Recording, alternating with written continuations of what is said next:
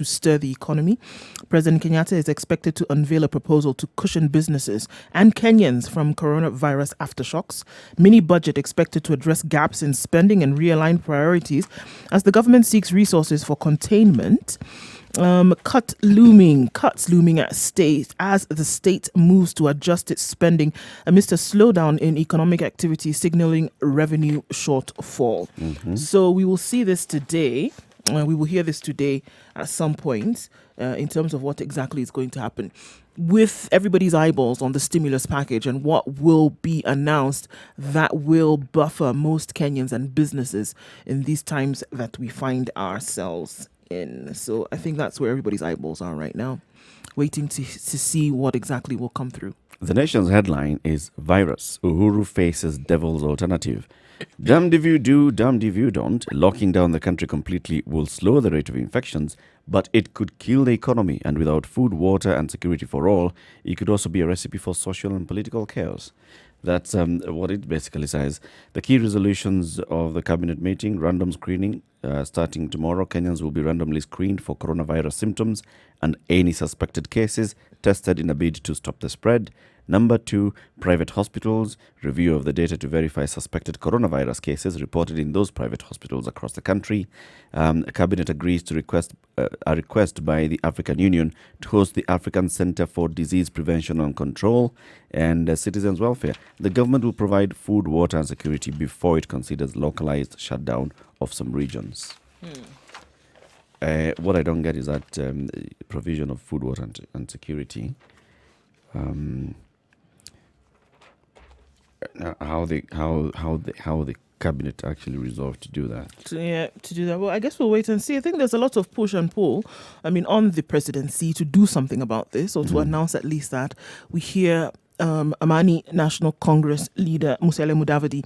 He calls on the government to reduce taxes and regulate prices of essential commodities to cushion citizens from the effects of coronavirus. He said this in a statement yesterday, and said that the global pandemic has dealt an economic blow to the majority of Kenyans, and they are the ones who first need to be taken into consideration. They will be struggling to meet monthly rent, mortgages, bank loans, monthly bills, and other recurrent concerns.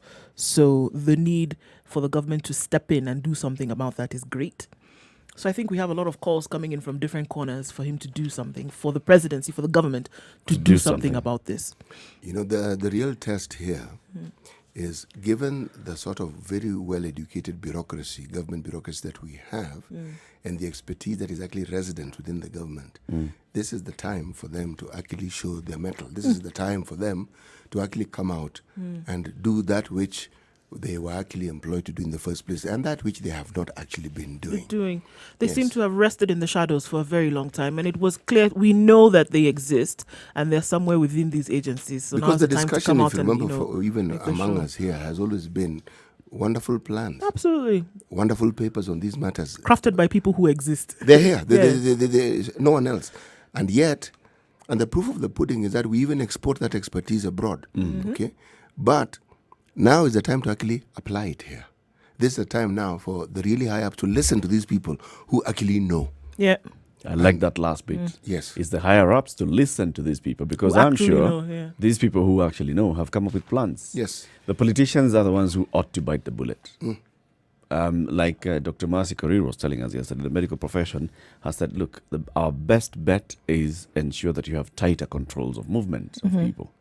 The higher-ups are looking at it as a political decision to make, and they don't want to make that political decision. Actually, what is even of interest, if you listen to what Dr. Kigondu said, it was the same thing. We keep advising. The Kenya Medical Association keeps advising. The medical associations and the bodies keep advising. But the advice begins and ends there. Advice. Yes. The people who are supposed to action it clearly have their own ideas. And one could argue, here's where we are. Yes. Now, this one, it can't be business as usual. Where you ignore the advice of people who actually know better than you. Yes. Having a high political position doesn't give you expertise. No. It simply puts you in charge of a ministry. It puts you in a leadership That's what it position. does. Yes. You're the one who makes the decisions. Yes. But you listen from... this decision is based on advice. On advice from others. And many other people who actually in all honesty, will know more than you do. Even if you had a medical doctor in charge of the Ministry of Health, it still wouldn't matter. They'd probably be an expert in one specialty. But then, right now, it's not just a question of the disease. Why I keep comparing the coronavirus, COVID-19 with HIV, is the social impact of it. Yeah. The clinical, medical, that we understand what happens. But the social impact, that's really at the heart of the discussion. You lock the country down. What exactly do you think is going to happen?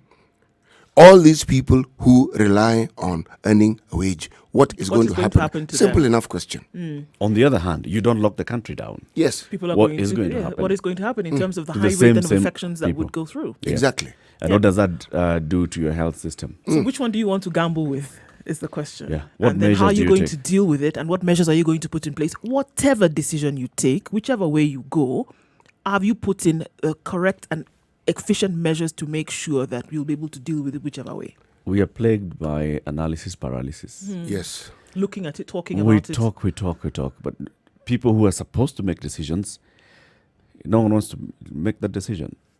Make a decision, take the fall.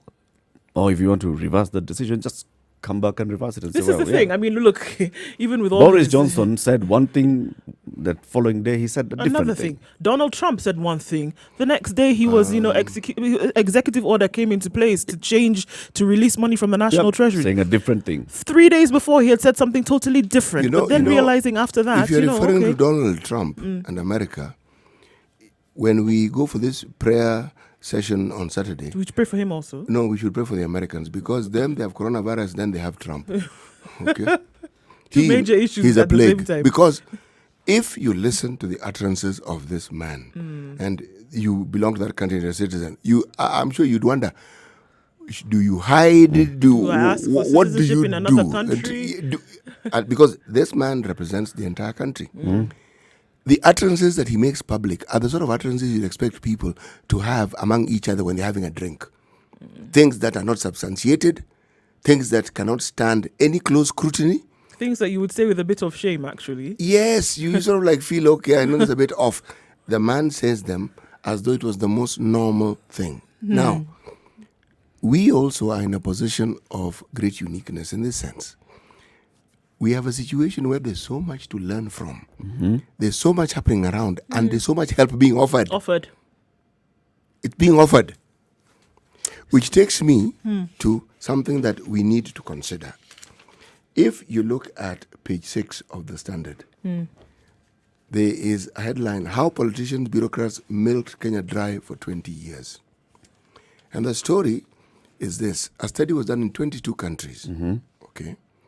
But ours features around the time when we had the structural adjustment programs in the 90s, and that when we went begging to the Western countries, a very damning report that the money that we actually got, which was supposed to help stabilize the country, never got here. Let me repeat it, never got here. It's not as though some dribbles. Never got here. As in, it never went to what it was intended. It was just frittled away. And there's a whole list of countries that are mentioned, or destinations where this money ended up in. But again, it's not as though it's only Kenya. Tanzania have their share.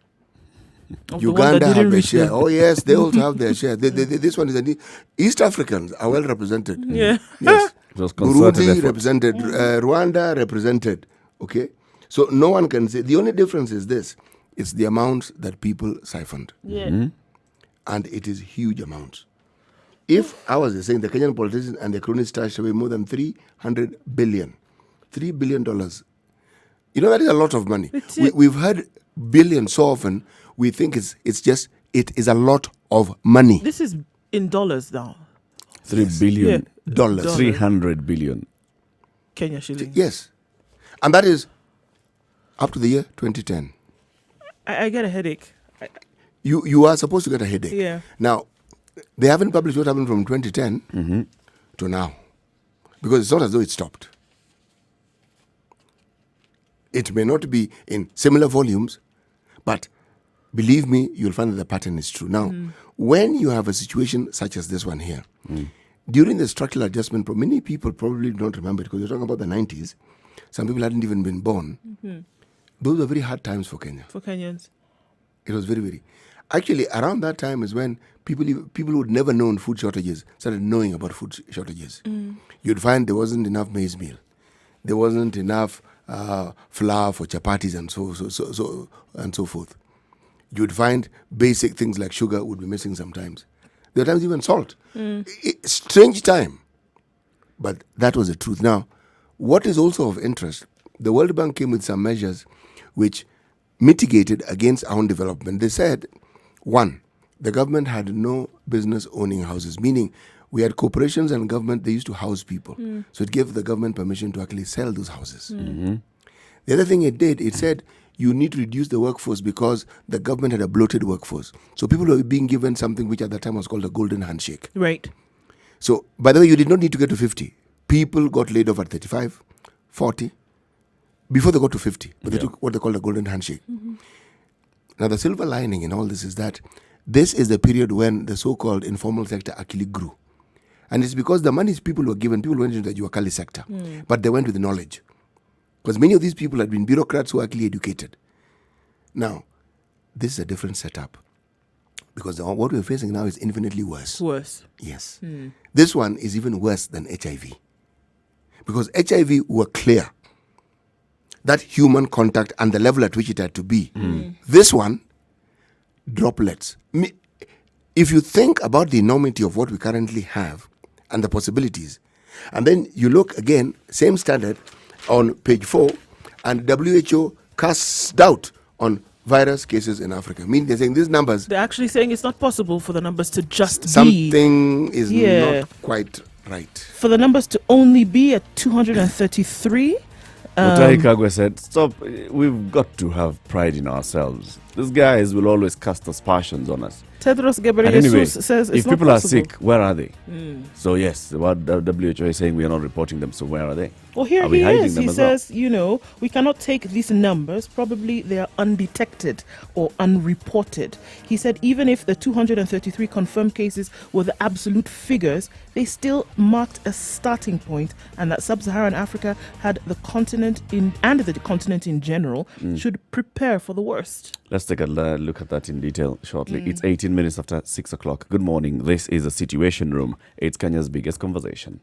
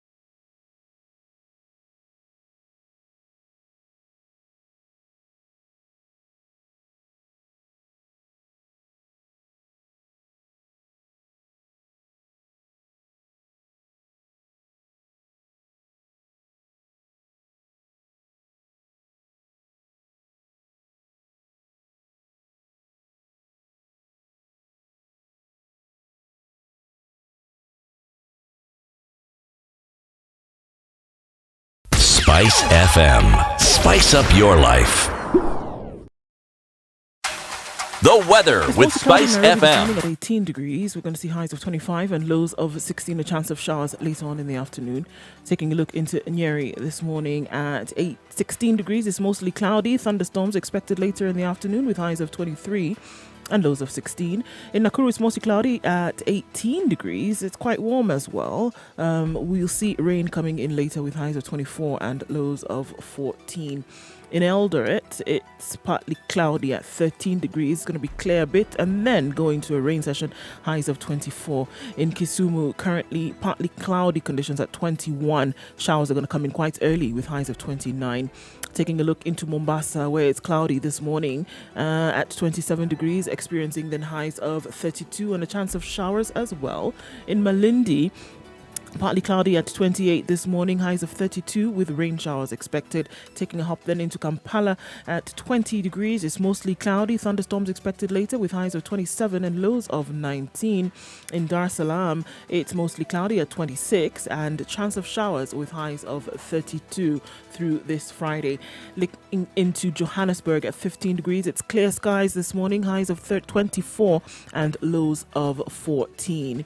And then into Lagos at 28 degrees, it's cloudy skies through the day, highs of 24 and highs of 34, I beg your pardon, and lows of 26. In London, it's cloudy this morning at 7 degrees, highs of 9 and lows of 4. Taking a look then into Paris, it's clear skies this morning at 13 degrees. A chance of showers later on with highs of 17 and lows of 7. And we're going to wrap it up in New York this morning at 9 degrees, it's cloudy. A chance of rain later with highs of 11 and lows of 8.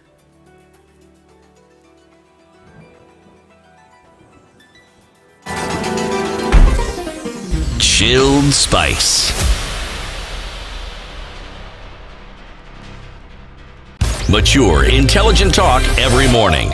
Spice up yourself.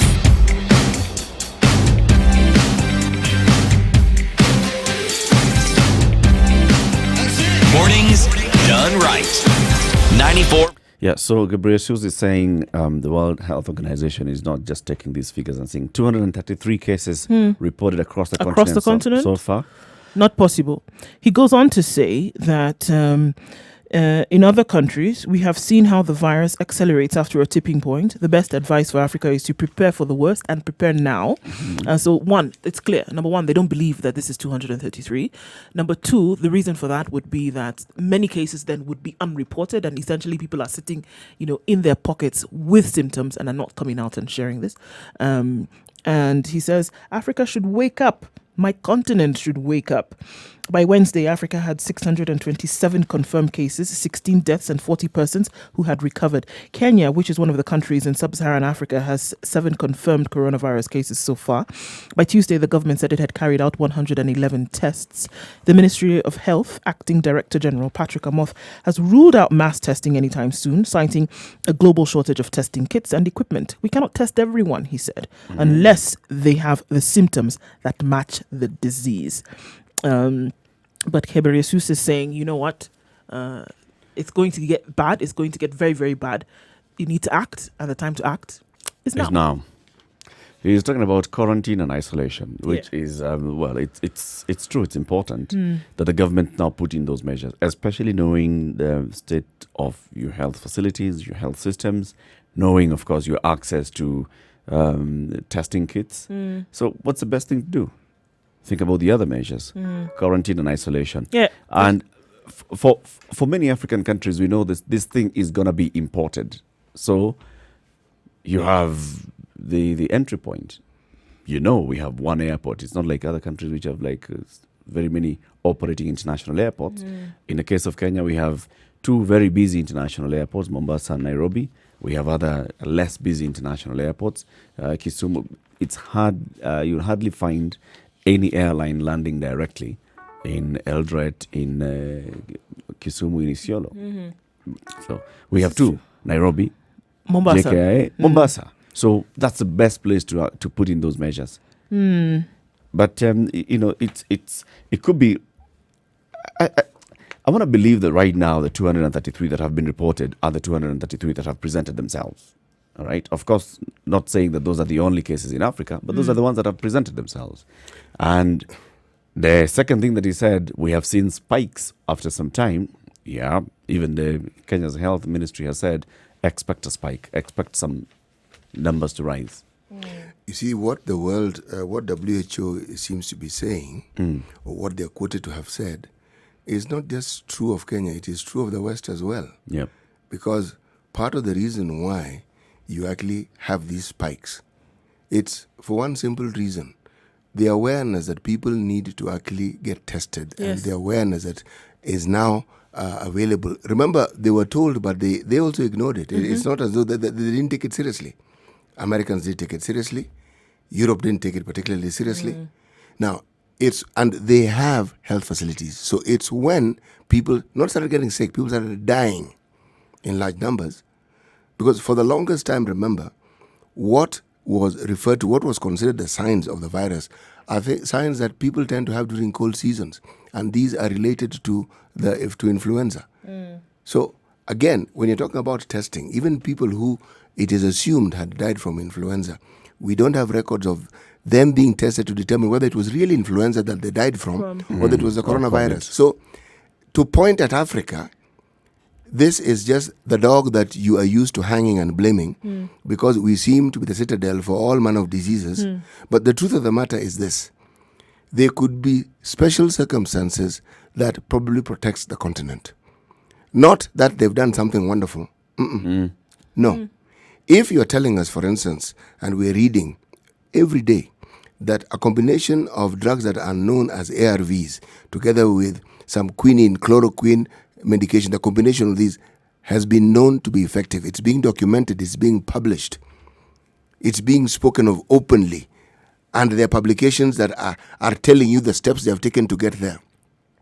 What does that tell you? This is the continent that was hardest hit by HIV. So we have a very large population of people who are on ARVs. True. Malaria is just your next door neighbor. Almost literally everybody on this continent has some point or the other been affected by malaria. And so you're saying that we have special circumstances. You cannot go through all this beating and then your immune system remains the same as that of people in the West. It's not possible. Yeah. It's a different immune system altogether. Totally different. I think that's going to be tested, though, in the coming weeks. It has now to be we are tested. seeing that the cases, if we look at first case being reported a week ago, looking at it even 14 days prior to that, the number of people who've traveled into the country, this is the time now to get to see how many are going to start exhibiting these symptoms. How many present themselves with these symptoms? Where have they traveled to? Who else have they infected? Cases of local infections when they start, and that spike, we'll be able to tell, okay, yes, because of our inbuilt immunity, then the spread is not as much. And even if the spread Or the is veracity there, is not. Even if the spread is there, and even at those rates, you see, when you want to look at an epidemic and you're looking at known patterns, that's one thing. Yeah. But then there are specific patterns to specific places. You cannot tell me, for instance, when we had the Spanish flu, the reason why it spread to this continent, even to Kenya, was because World War I was coming to an end, and a shipload of soldiers who had been in areas where people had first had the symptoms of the Spanish flu were in. So they came in, and it's in areas where you found these people that you got the Spanish flu. Yeah. Yep. And if you look at it, it didn't even move really outside the coastal area. It didn't. Here, we're talking about East Africa. It was mostly centered in the coastal region. Why? Because many of these people ended up there. Ended up there. Yes. Exactly. There's a lot that we still don't know. And there's a lot that needs to be spoken of about the disease. There's a lot that then you will find out later. I mean, even if you talk about HIV, there's so many things that you found out later in terms of who would be infected. Phenomena came out and you'd ask yourself that you had couples and where one person, one spouse would be negative, the other spouse would be positive, even though they continue to relate one to the other. And then things that were found out later after the fact. And I think that would be the same case here. There's certain things that will be found out about some of the things that are being put out there. Does it affect people of African descent? And when it does, to what level? Does our immunity contribute? And I think that these are some of the things, these are the factors that will be found out when more research is done. And like you said, even with that spike, which is going to happen, it's not a matter of if, it's a matter of when. When it happens, those are the elements that research, I think, would then collect and be able to look at in the future and say, we've been able to find this in this region. It affects I think people you don't know in this just how matter. right you are. This phenomenon actually came about in this country among sex workers in a place called Majengo. And these were sex workers, low-rent sex workers, and many of them were HIV positive, tested positive. But they did not over a period of time, develop any of the symptoms that were related to HIV or AIDS. Okay? Yeah. The full-blown consequences of being HIV positive. They didn't show. They actually didn't. Now, where the problem came about and when they started exhibiting it is when they reduced the activities that their core business. Yeah. Okay? When they took a break from the core business, Then they got sick. then they started getting sick. Yeah. Then they started exhibiting these signs. So a lot of theories flew around at that particular time. And one of them was that if the infection or the viral load was maintained at a certain level, the body knew what to do. Yep. It had an MOU. Yeah. It coped. Yes. You reduce that. Reduce it, the body doesn't. The adjustment process, you're going to fall sick. So it lends credence to what someone like Boris Johnson was actually saying. In theory, what he was saying could make sense. But unfortunately, not enough is known about this virus. This point. Yeah. Yes, for you to assume that something that has worked previously ought to work in a textbook manner in the same way. Now, the truth is this: we don't know a great deal about this virus because it's new. And the Brand new. I know that they're working on vaccines and such, but still the makeup of the virus is still being studied. You know, They have an idea of they what have it an is. idea of what it is, but the Yes. complete they're still no. trying to figure it out. And They it's know going to certain take some things. time. They know certain things they can do, but as you say correctly, it isn't absolutely comprehensive. People are still shooting in the dark. Yeah. Yes, and that is the truth. Now, when people are still shooting in the dark, a lot of theories will fly. And there'll be opinions left, right, and center. There'll be research scientists who's leaning it towards the left. Yeah. There'll be research scientists who's leaning it towards the right, and there are those who will take the middle ground. Like someone was telling me yesterday in one of my chat forums that Donald Trump has actually given authority for certain drugs to be used. And I told him, Donald Trump does not give authority, something called the FDA. Yeah. Okay? They are the ones. They are the ones who actually have the mandate, even in his country. Yep. This isn't political. And for FDA to give that authority, believe me, there are certain processes that must have been followed, and they will not compromise on those processes. Take a look at traffic at 28 minutes to 7 o'clock. This is the situation. Kenya's biggest conversation. Remember, you can download the Standard e-paper app from Google Play Store and Apple App Store. And for just one subscription fee, you get to access the Standard Group publications. This is the Standard newspaper and the other publications. Today being Friday, the end of the week, you also have the Nairobian. So you're able to access all these publications from wherever you are. We know that not many people are moving around, so you may not be able to access your paper. Download it online and read the e-paper. Good morning.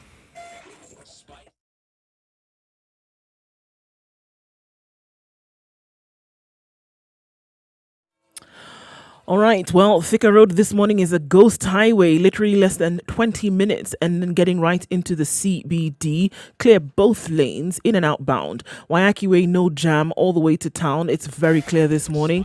There's a serious traffic jam, though, on the Maimahiu escarpment. Zero movement on both sides, in and out of the city.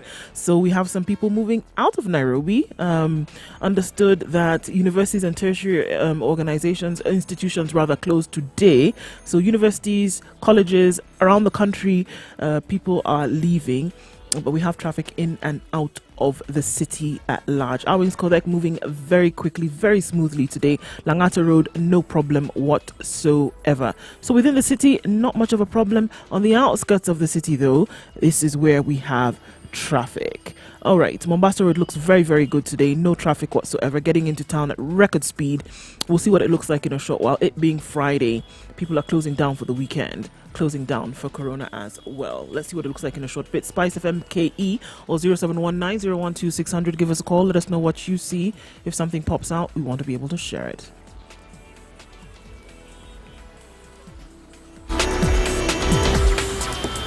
Spice and everything nice. Alright, okay. Spice FM. Spice up your life. Mature, intelligent talk every morning. Spice up yourself.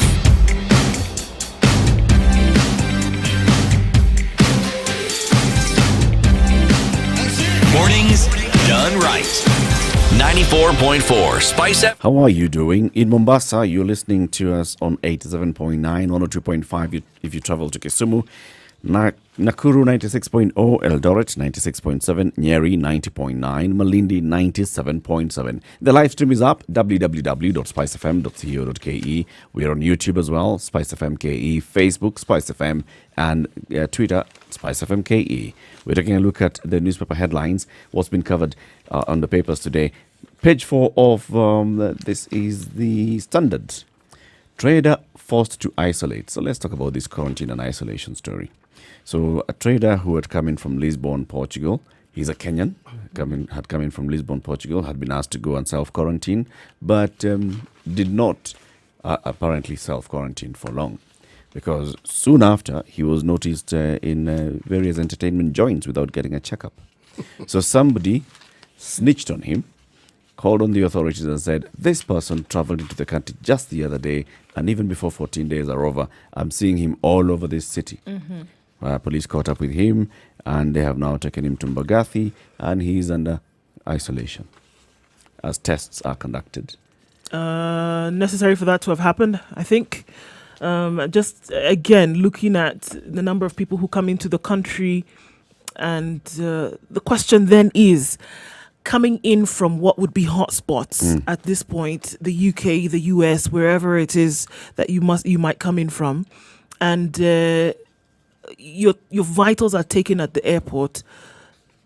Are you being asked to self-quarantine? Should you self-quarantine? Should you present yourself at the hospital? I think those questions are coming up, and I know we're gonna have Dr. Curry here after 7. However, this is the thing. Coming in from a hotspot, the directive has been given, and you want to think about it, that you know this is where cases are rampant. You want to go into self-quarantine There's no for directive 14. that has been given.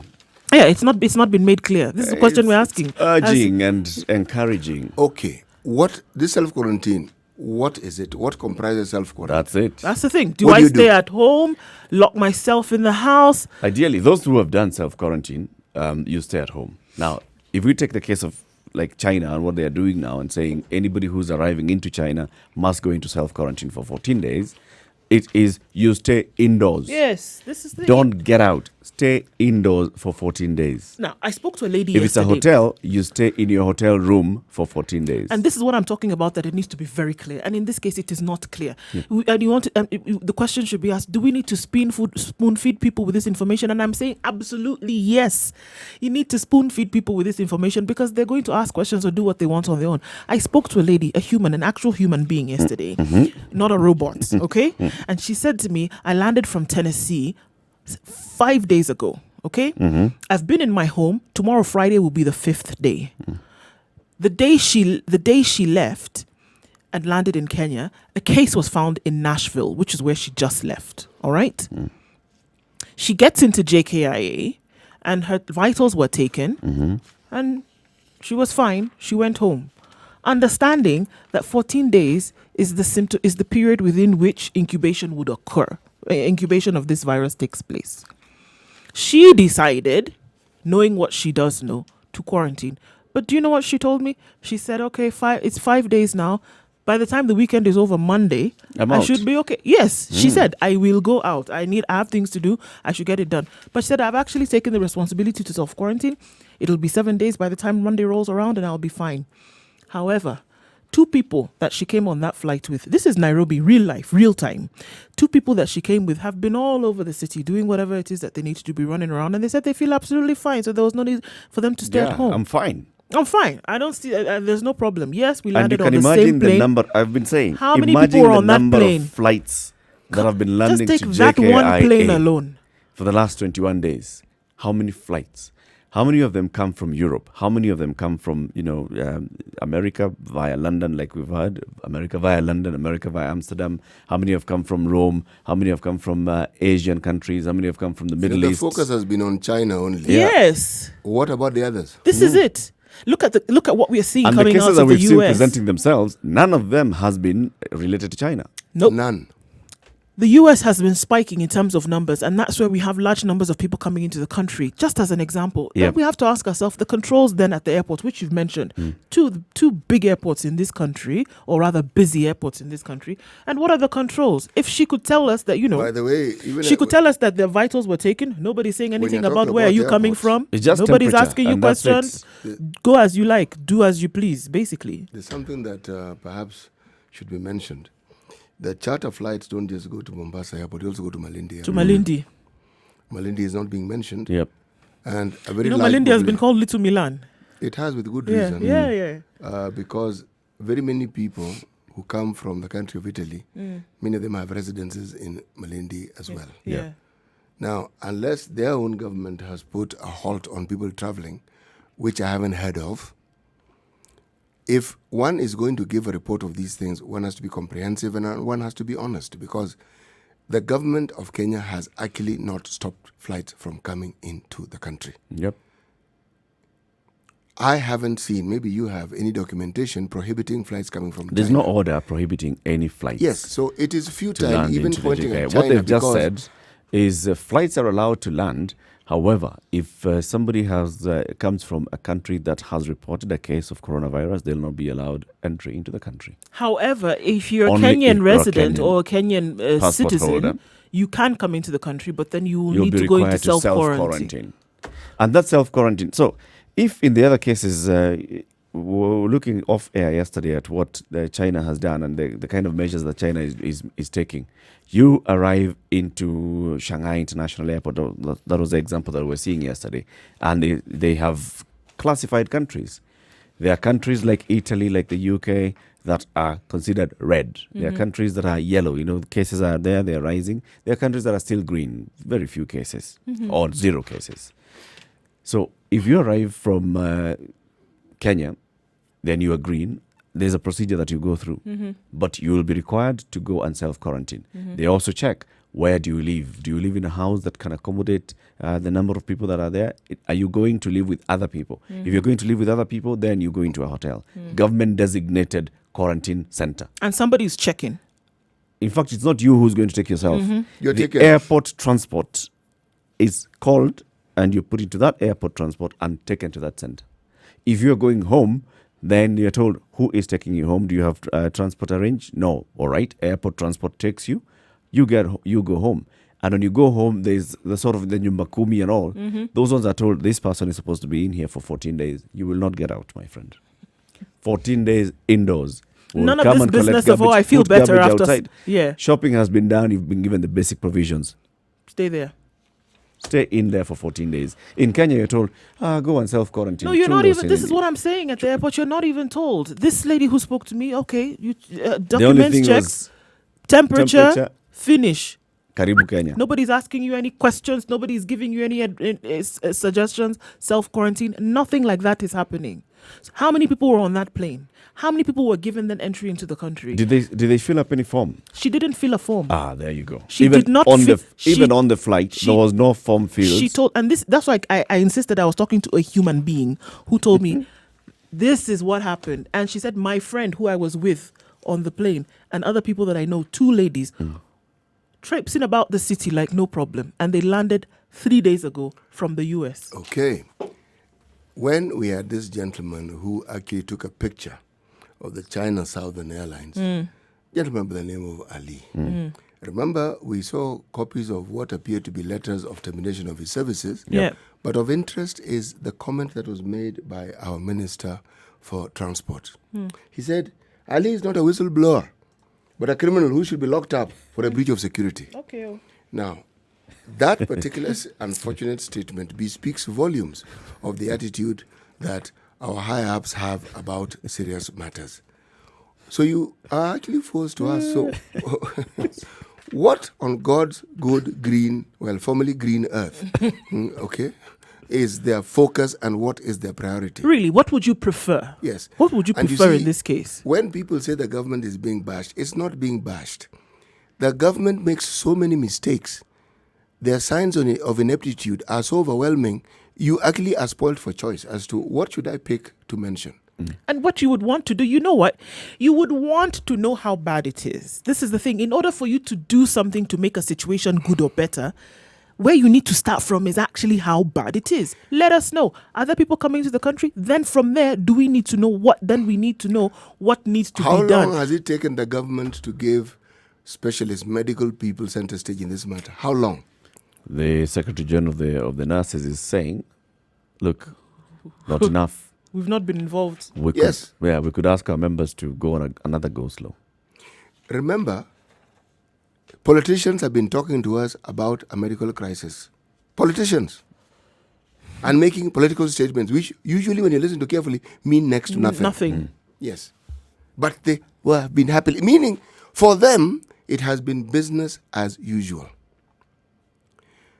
They don't seem to realize that because they are the class that travels the most in this country, they are the ones who are most likely to have been exposed to the virus, more than the ordinary Kenyan More than anybody else. who just simply just sits at home and is domiciled here. When the issue of that lady from the UK was brought up in Parliament, some MPs stood up and said, you know what, I was on that flight. Do you That's see it. yourself? I was on that flight. Some of them, like Senator Aaron Cheriot, has actually even gone on Twitter and said, I am on self-quarantine. I'm taking 14 days. I'm on self-quarantine. I have absolutely no symptoms of anything, but I'm taking this self-quarantine. It's important. Now, not all people, we'll be talking about Kenyans and their attitude as well towards this. Looking at this person, Kenyan who has arrived, told, you need to do this, and he's out clubbing 2 days later. Kenyan who has arrived from into the country goes and is tested, and as they're waiting for their test results, goes out. Has a couple of. No, this wasn't a partying. Yes. Woo. Now we're looking for 85 people who may have come into contact with one person. All right, looking at other stories, we have time for that. You want to go to a break, Eric? Let's go into a short break and then we Okay. come back and look at other stories making headlines this morning. Remember, you can download the Standard e-paper app, and also the Standard Group has made plans for you to get the Standard delivered to your doorstep. I'll be giving you the numbers to call shortly from whatever region you are in. Good morning, it's 14 minutes to 7 o'clock.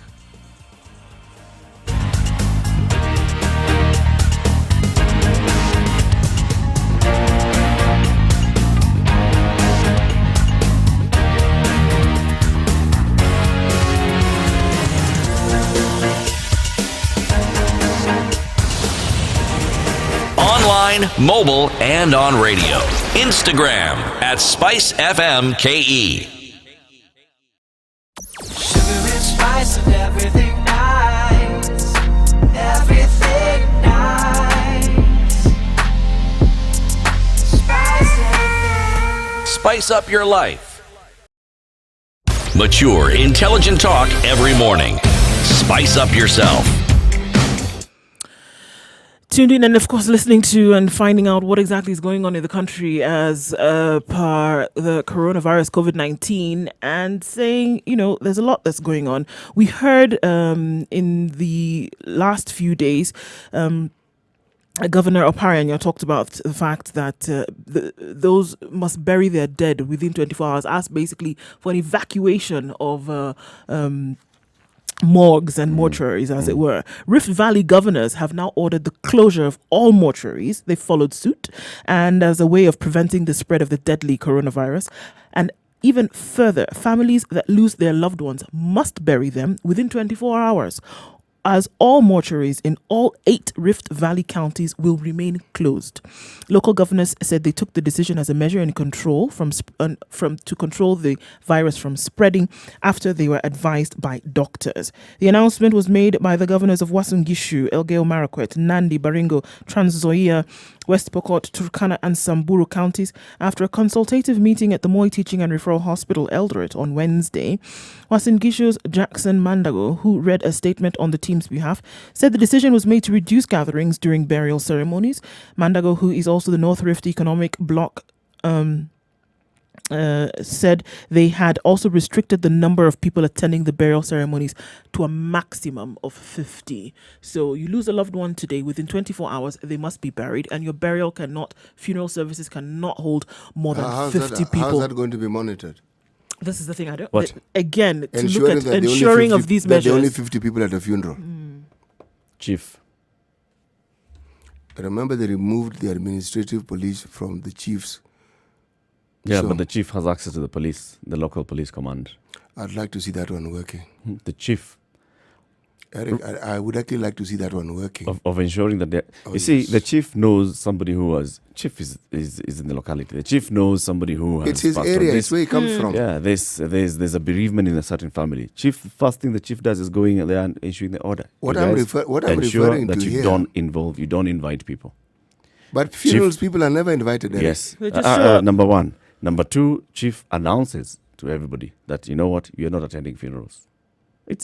I think in the rural areas, it's not so hard to implement. That's here- where it's going to be hard. Yeah, in the same breath, though, Mandago said all doctors currently on training should report back to their counties for immediate deployment, and those studying at the Moore University School of Medicine should report back to the teaching and referral hospital.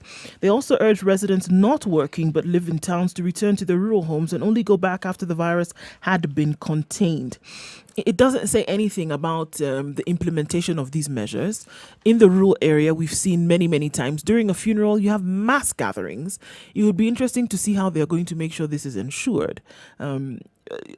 Obviously, burials will happen quickly because by order of the county governments, the mortuaries have been closed. There's no way you're going to store this body. So, number one, you're going to have to bury your dead within 24 hours. Yep. Nobody's going to accept these bodies. Yep. Now, whether they're going to be able to control the numbers of people who will come and bury, unless people are then taking it seriously, which is we're still going to discuss, things like bereavement and celebration are not something that you would normally curtail. But in this case, it's necessary to You have. guys forget, chiefs have a lot of powers in the villages. No, they don't. Chiefs They don't. have They used to lot have of a lot of authority. power. They still do. Actually, they don't. Mm-hmm. They are listened to as an elder within the community. For advisory Yes, advisory capacity. But their capacity to enforce things, they don't have the wherewithal to enforce. Remember, part of the reason why the chiefs were so powerful was because of the Chiefs Act. That thing gave chiefs genuine power. It was Yes. watered down in the Constitution. Yep. So, in terms of just the legal might that they should have, it was watered down. Yes. Now, as an elder in the community and as a representative of the government, they will be listened to. Yes. But it's not generally speaking. It is determined by how they get along with the people they oversee and how they have been communicating. Chiefs Barazas, that you would assume was the information avenue where people get a lot of information about what the government is thinking, planning. They used to be avenues that were attended by large numbers of people. They are attended, yes, but not with as large a number of people as you would want. Again, I am drawing my understanding and the things I'm saying from the times when we wanted to send messages to communities because of HIV, and you wanted to talk to a government representative at a local level, that was the chief. And the chief's barazas, and the amount of effort that was actually required to actually get people to actually attend. To mobilize. To actually get them to attend the baraza and to get them to... the chiefs would influence, yes. The chiefs would have a say and they helped tremendously, yes. But the chief is just as likely to be disregarded as he is As to the be next obeyed. person. Yes. The chiefs were speaking about when the Chiefs Act was in play. His word was law. It was not a subject. It was subject to debate. Now it's subject to public participation. So that's really all I'm saying. Everything in this country is. Yes.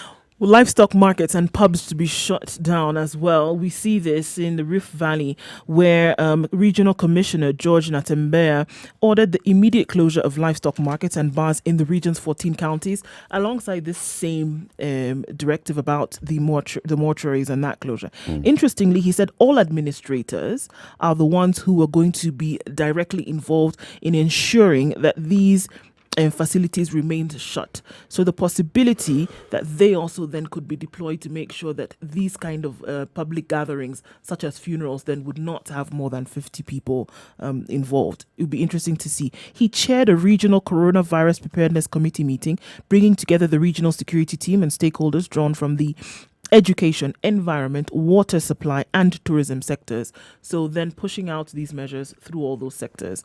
And in the region, would be interesting to see if this was happening across other regions as well. Yeah. Unfortunately, in Nairobi, we still see the revelers out at night enjoying themselves, regardless of. This is why we're saying that, no Good thing clear that we saw direction has yesterday been in given, Nairobi though. is we saw the people who were going around fumigating and cleaning up spaces. Ministry of Health workers fumigating GPO bar station, Nairobi, and other parts of the city. That was a good thing to see. It was a good sight to see. Yeah. But there's an issue let me tell you where this is. Police officers in Kakamega have been accused of demanding bribes from small-scale traders who have not complied with safety standards set by health experts to check the spread of coronavirus. So the traders are complaining that, these cops are coming here every morning and they're demanding a bribe. Why? They're asking, do you have mask? Do you have sanitizer? And if you don't have between 1,000 and 3,000 shillings we'll arrest you. every morning, or we'll arrest you. Eric, let me dovetail on what you're saying and talk about supermarkets. And let's look at our bulk buying. One of the things that first disappeared from shelves were sanitizers, completely. I'm sure toilet papers have also disappeared in some places. Yeah. But of significance, not the disappearance, but in the price hikes. The prices have gone through the roof. Something that prior to the mention of the first individual being tested positive in this country, there are certain things which cost maybe 100 bob. Yeah. Now they're 600 bob. Same thing. Now, And the government is still warning people against hiking prices. Yes, warning. And they have the mandate to do something. You see, where I'm going with this, Eric, I'm dovetailing on the issue of the chief. Yeah. If you have at the national level, in the highest of offices, people disregarding a court ruling, Yep. at the highest offices, people going against what has been decided is the law or being seen to actually break the law, it has really damning effects on the psyche, the morality of the country. Because it is an example being set and it is impunity being enshrined. You may not think so, it then becomes the order of the day. And yes, cascades down. This thing about what the police are doing, what do you think? It's not just the police. Why is it that traders feel that the slightest opportunity, Kenyans, instead of ganging up together to talk about the national problem we have, the advantage that it provides to make a killing is what is at the forefront of the minds of many people. And so when we accuse the government, we accuse them correctly because... But you also need to take blame. Like these traders who are complaining about having to give out a bribe of 1,000 to 3,000 bob because they don't have masks or sanitizers. They want to be left to operate without the masks and sanitizers. They are not talking about, all right, so this is what Why don't we get the masks? Yes. Yeah. This is what we've done. We've come together as traders. We're finding ways of sorting ourselves out. In the meantime, they don't want to be asked any question by anyone. You see... They want to pass the blame to the police. It's the police who are asking for bribes. Actually, this is something that it's a national problem and everybody has their share of the blame. We can point fingers at the government, rightly so, but we should also rightly point fingers at ourselves because this is one case where instead of taking a position that you think is right, you feel the position to be to blame. Yeah. Yes. You're passing the blame. And yet you're contributing to the problem. Passing attention to somebody else Yes. for mistakes that you have made. Yes. Let's take a look at other two headlines. USA Today, Senate approves emergency relief. And in the UK, The Guardian reports that trials are to begin on COVID-19 vaccine in the UK next month as the Chancellor is to subsidize pay to avert mass layoffs. Measures being taken by other countries. CT Muga, as we come to the top of the hour, today's proverb. A hyena will not change its spots even if you move it to a different forest. Doesn't matter what you do. Forest notwithstanding. Hyena spots remain the same. Yes. I wish they had mentioned the teeth. The teeth also remain the same. And the laughter. This is a situation. It's Kenya's biggest conversation. We'll be joined by Dr. Mercy Korir, KTN's medical journalist, to talk about coronavirus again. You have any questions, ask Dr. Mercy, 0719-012-600. In the meantime, let's take a look at traffic. Good morning. It's 7 o'clock.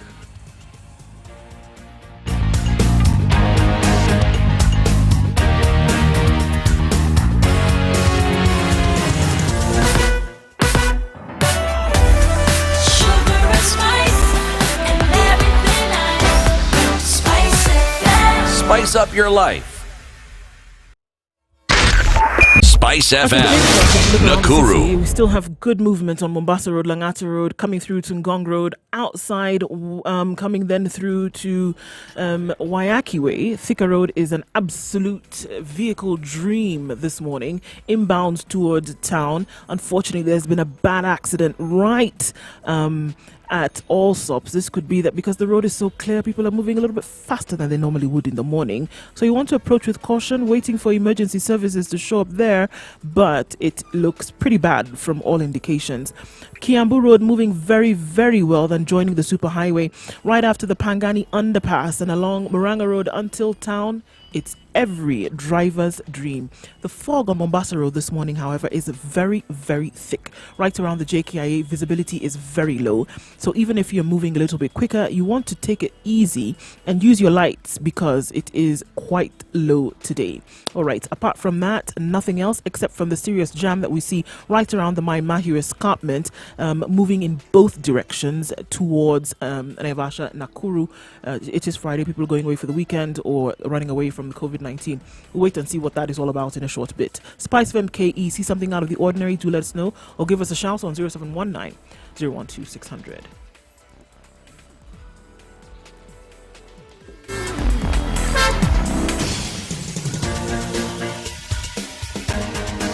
This is The Situation Room, the home of hard-hitting political commentary and penetrating insights about the state of the nation. This is a talk radio experience like no other. The Situation Room, a place for hard truths, debates, and elevated conversations. The Situation Room, witty, political, engaging, deep, controversial. In the room, we have C.T. Muga, researcher, academic, seasoned political observer, a fountain of wisdom in these politically uncertain times. Ndu Oko, Nigerian by birth, Kenyan by choice, communications expert, Pan-Africanist, a truth seeker and believer in people power, and Eric Latin, agent provocateur, the man in the chair, seasoned journalist, news hound, a man who believes in punching up, not down. This is The Situation Room, the only way to... Good morning, and how are you doing? Welcome to The Situation Room. If you're just joining us, this is Spice FM 94.4, Nairobi 87.9, Mombasa 102.5 in Kisumu, 96.0 in Nakuru, 96.7 in Eldoret, Nyeri 90.9 and 97.7 in Malindi. www.spicefm.co.ke, live streaming on Facebook, Twitter and Instagram and YouTube. Spice FM KE is our channel. Now we're joined by Dr. Mercy Korir. Good morning. How are you doing? Well rested? Yes, a bit Better.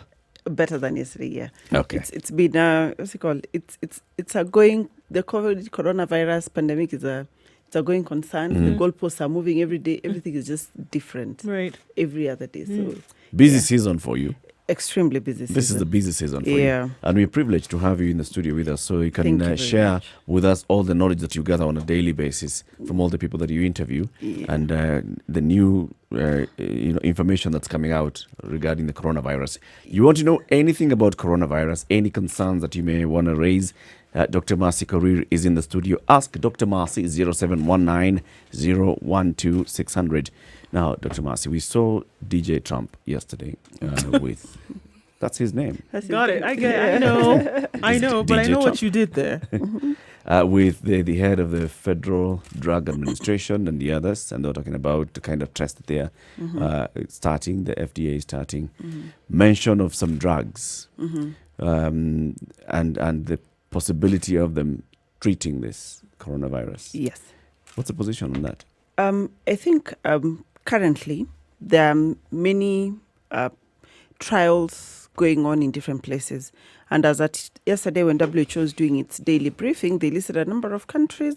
And in Africa, it's only South Africa which was on the list. Several countries that are going to do trials, all manner of trials, to try and see if we can find a cure or a treatment for this coronavirus strain. So as it is now, everything is in trial phase.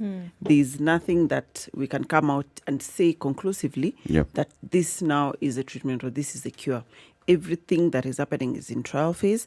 Even the vaccine that they said they're already starting to try it out, everything is in a trial phase. So we cannot conclusively say now this combination of this drug and this drug will work, this one and this one will work, because now everyone is trying what they can in their own little spaces. And I think the other thing is when we, because we're getting almost daily, we're getting reports of now so and so are shown this may have, and you'd see scientists are very keen to say it may show, but then it's important to go further and look how many people did they have in their trial, what was their sample size. And you'll find, I think in one that has gone round, and I'm told there are some facilities in Kenya that have bought drugs, you'll find that the sample size was 20 people. So you cannot conclusively or confidently say that this drug will work, and you've only tested it in 20 people, and you don't know what will happen in the larger population. So I think we need to be very careful at this point in trying to But these are advocate for any existing drugs. treatment. Yes, these are drugs already in existence. So just does taking them harm you? Because they've already been passed. They've already gone through testing. The drug itself, like if it's chloroquine, it's already been tested. remember, every drug is a poison. That is the underlying baseline.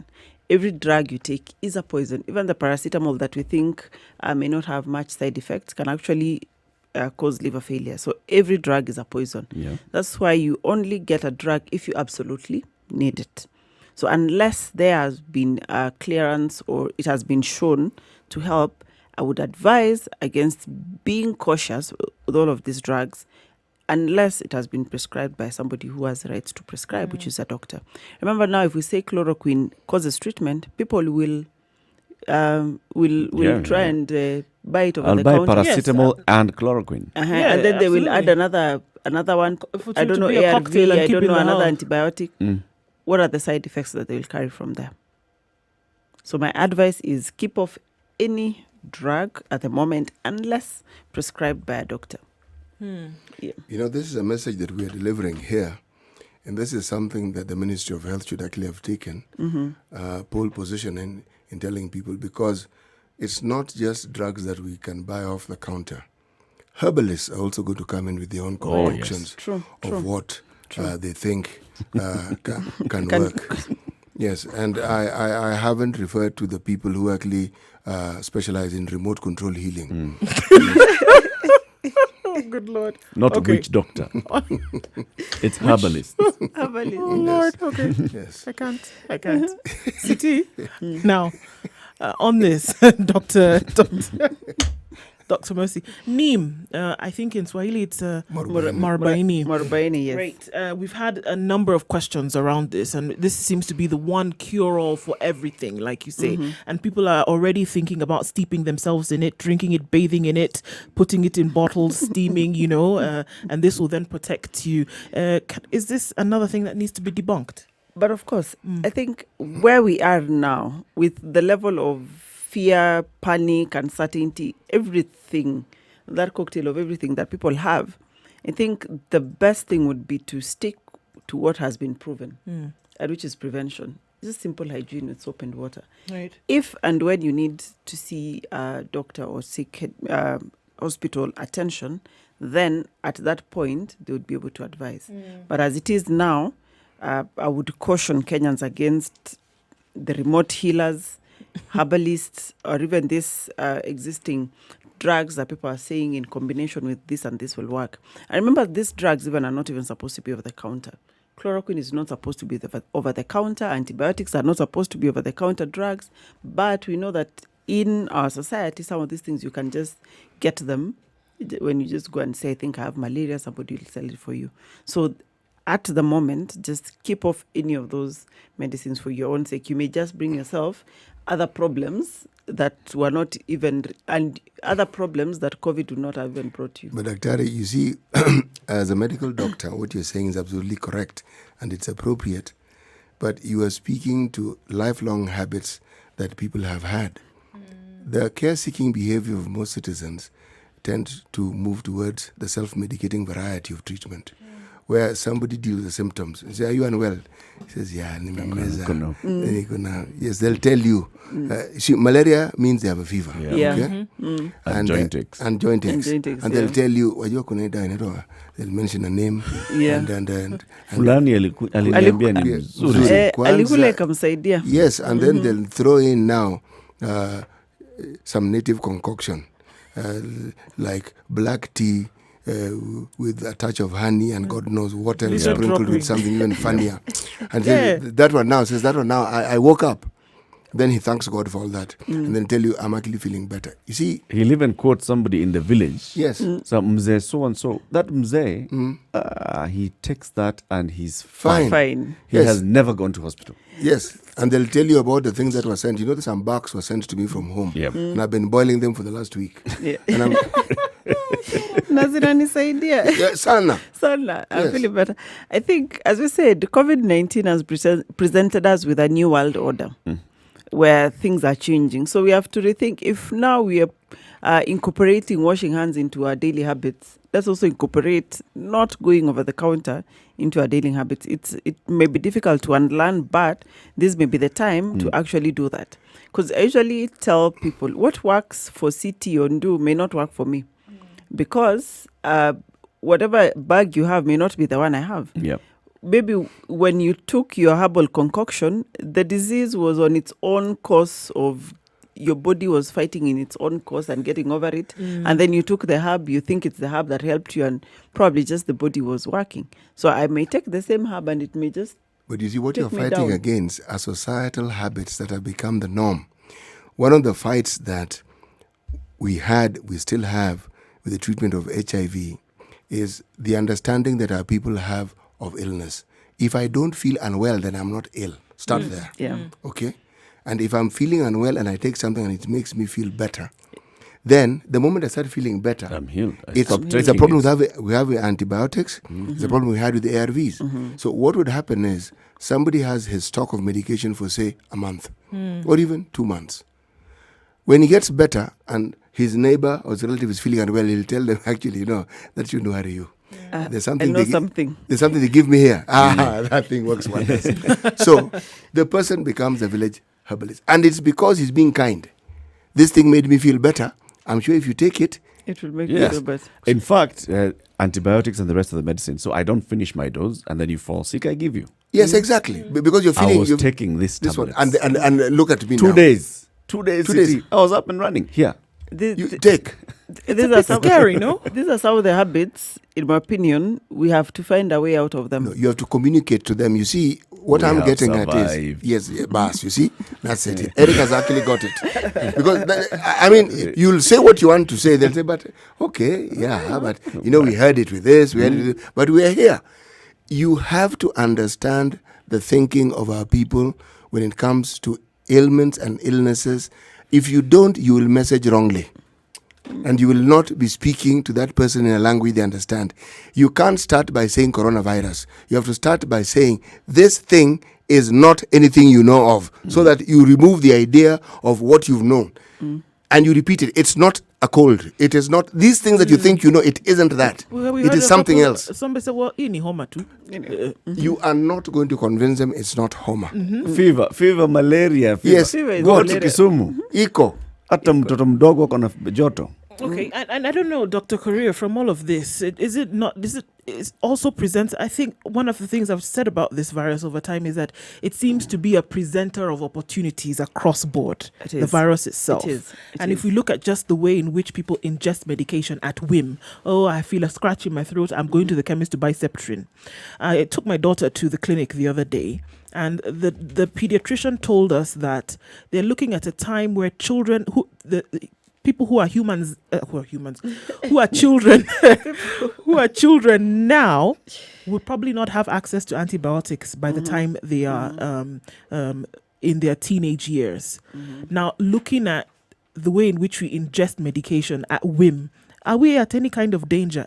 And then looking at COVID-19 times now, where people are just going to go over the counter and take whatever, are we looking at a time whereby immunity would be not as strong in the future?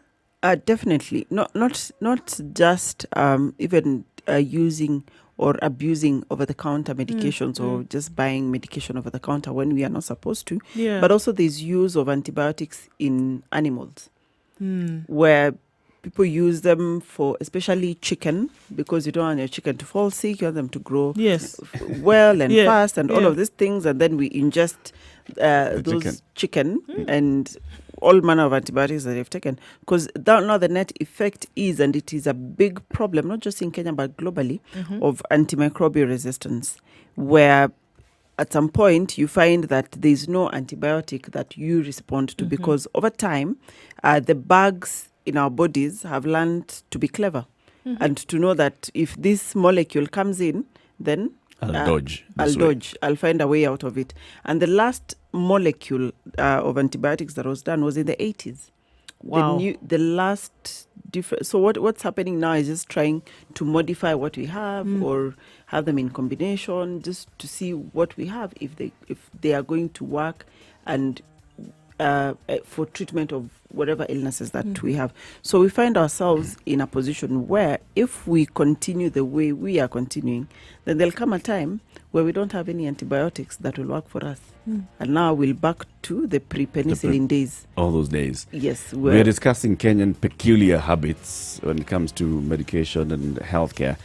If you have any question or any contribution to this, ask Dr. Marcy, 0719 012 600. It's 16 minutes after 7. Good morning. Online, mobile, and on radio. Twitter at Spice FM KE. The weather with Spice FM. All right, let's see how things look a little bit different. Coming into Nairobi, fog is quite low in different parts of the city at 17 degrees. It's very, very low this morning. 25 degrees the high, possibility of rain showers later on. And taking a look then into Nyeri, where it's mostly cloudy at 16 degrees. Thunderstorms expected later and highs of 23. And then in Nakuru at 15 degrees, mostly cloudy conditions. Rain is going to be the order of the day, seems, around the country today. 13 degrees clear in Eldoret at the moment. Rain expected later with highs of 24. We're going to see some showers coming through in Kisumu later on with highs of 29. Currently partly cloudy conditions standing at 21. In Mombasa, it's mostly cloudy and this will open up to rain and highs of 32 degrees. In Malindi at 28 degrees, it's rain through, highs of 33. In Kampala at 20 degrees into East Africa, it's mostly cloudy and it's going to open up to rain later on with highs of 27. And looking into Dar es Salaam, is partly cloudy, exactly, rain expected later with highs of 32 and lows of 25. Further down south in South Africa, it's mostly sunny this morning. Through the day, highs of 25 and lows of 15. In Lagos, it's cloudy at 28 degrees throughout, highs of 34 and lows of 26. Take a quick look then into Europe. In London, where it's cloudy conditions at 7 degrees, highs of 9 and lows of 4. And then in Paris, where it's clear skies this morning at 12 degrees, a chance of light showers later, highs of 12 and lows of 7. And finally in New York at 9 degrees, it's cloudy, highs of 24 and lows of 7.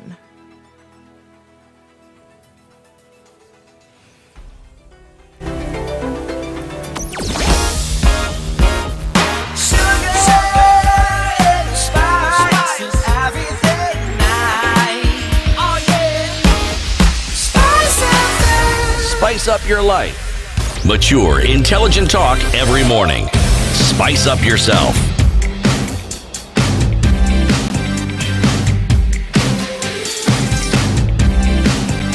Mornings done right. 94. This is the situation amidst Kenya's biggest conversation. Good morning and how are you doing? Welcome to the show. 94.4 in Nairobi, Malindi 97.7. Watch us on our live stream, www.spicefm.co.ke, Facebook, Instagram, Twitter, and YouTube. Spice FM KE. In the room, we have CT Muga, Nduoko, Eric Latif, and Dr. Marcy Karir, KTN News medical journalist. Ask Dr. Marcy any questions regarding coronavirus, COVID-19. We're talking about the peculiar habits of Kenyans and how Kenyans have been treating Medicare for the longest. And you guys are saying, because I'm not in that conversation, you guys are saying that this is going to provide an opportunity. Point to me liberally, please. And CT. thank you. Dr. Mercy Thank Korir. you. Yes, And yes. Nduoko. Because Yes. Say it again. this problem, much as you're saying you guys, affects all of us. Including you. Because The opportunity. if I abuse antibiotics Yes. and I develop resistance, the bugs in the environment do the same. And are the same bugs that will affect you. So the day that you need to be treated for a disease that bug causes, there'll be no antibiotic for you. So are we saying it's the same thing now? If people going around gobbling up chloroquine, for example, But of course. and then if now But of you're hit with course, another yes. bout of But malaria of in the course. future, what then But would of- happen? Could you open that up a little bit, Dr. Mercy, and say, look, this is what essentially would happen? We're just saying the bugs in our bodies, the viruses, the bacteria, the fungi, the The flora and fauna in our body. Yes. Please carry on. Yes. All yeah, are clever. They're also trying to survive. So humans are developing molecules to fight them, but also it's survival for the fittest. So they find ways of adapting to the new environment. So if they're used to a certain antibiotic, for example, let's say it's amoxil or a penicillin, if they're used to it, they'll find ways of changing, mutating, so that anytime it comes in, that it's not useful. That's why you hear people saying that okay, sometimes it may be justified or not, but they would say this idawa ainisaidi, because it is, yes, the right medication for that particular condition or that particular bug, but then it's not working because the bugs have learned to be clever and to dodge the treatments that we have. That's what we see with TB.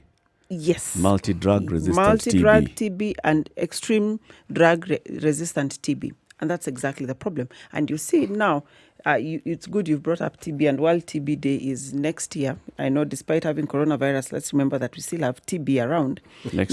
Next week, sorry, Yes. on 24th, on Tuesday. I was going to say, wow, we're postponing No, no, everything, no, no, even no. the World Tuberculosis Day. No. Next week on Tuesday, on 24th. So you find for TB, drug-sensitive TB, treatment will be for like 6 months, not for 6 months. If there's a multi-drug resistant TB, then you're looking at 1 year plus of a combination of many antibiotics. Now, some of these antibiotics are some of the ones that people are still using over the counter. So it means if we use them and abuse them, misuse them for long, then it will come a time that even the people who've had TB are not able to be helped by any of those medicines.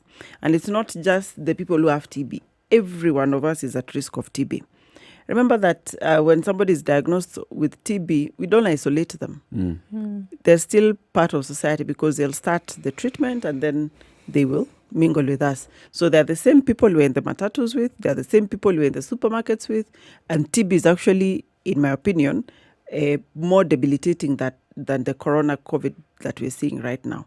So if we are abusing these drugs here and we are not cognizant of what is happening in the environment, what will happen in another 5-10 years? And this actually has been a very big conversation at WHO, even at the UN General Assembly. Like, we are not manufacturing any more new antibiotics, antivirals or antifungals. Then what's happening? Because now, as you've seen clearly, and this is where I was saying the opportunities are coming up with this COVID, now we're seeing a whole pandemic of a new strain that we didn't know, and we don't have any treatment for it. What is there to stop other strains from emerging? Climate change is here, and we don't know all everything manner else. of things that will come out of it because the bugs are living in this environment But with of us. significance, maybe point out as to how it is that even unborn children become affected by what we're discussing, simply because of the care-seeking behaviors of their parents. Because if, for instance, whatever you pass on to your children in terms of your genes, they also get influenced. You may not think so, but they also get influenced by some of these chemical things that we ingest into our systems. And when children are born, remember, we pass on these things to them, good or bad. When you have what you call street children, who are always rummaging through rubbish, and people say anecdotally that, these children never get sick. Is it because they've been exposed, or this is a constant exposure that they have to the point where their own body systems get to acquire an MOU with whatever The flora and the fauna. fauna, yes, the microorganisms that inhabit that particular space?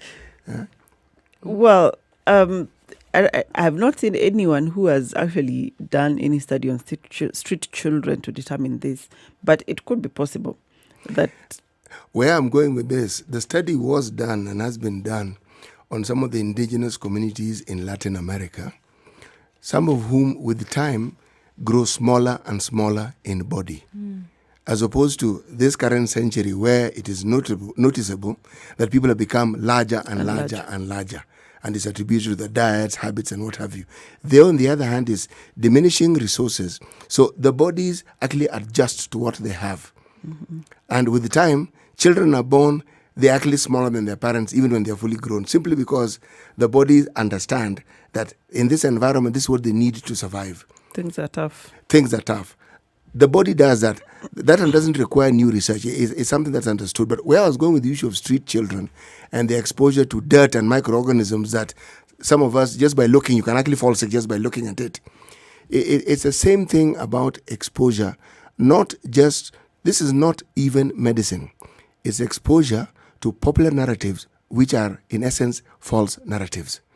And when one is exposed to them long enough, they become your truth. But just because they become your truth doesn't mean they're true.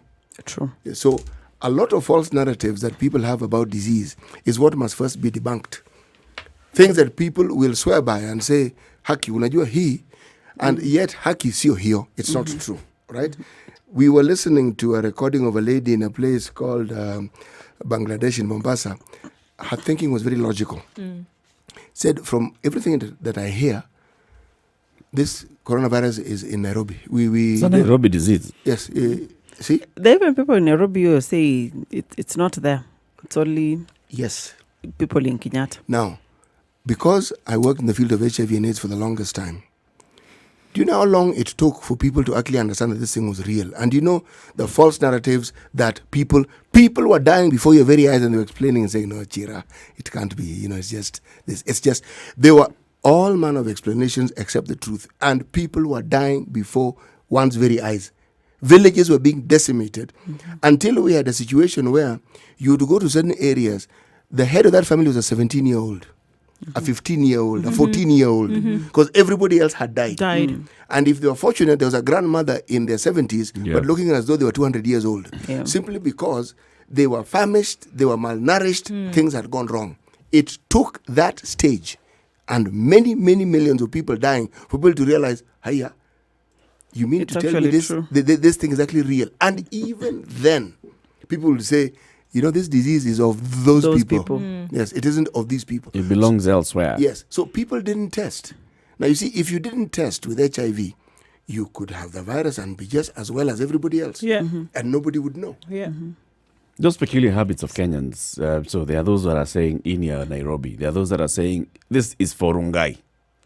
Yeah, there's actually been that. I think people in Rongai actually being stigmatized. Yes. They are being stigmatized. This is a moment. Rongai disease, and this is a Nairobi disease, and people are forgetting that you're exposed from wherever you are. So you find people going into these nightclubs and hangouts, on Langata Road, in Kilimani, and malls all over.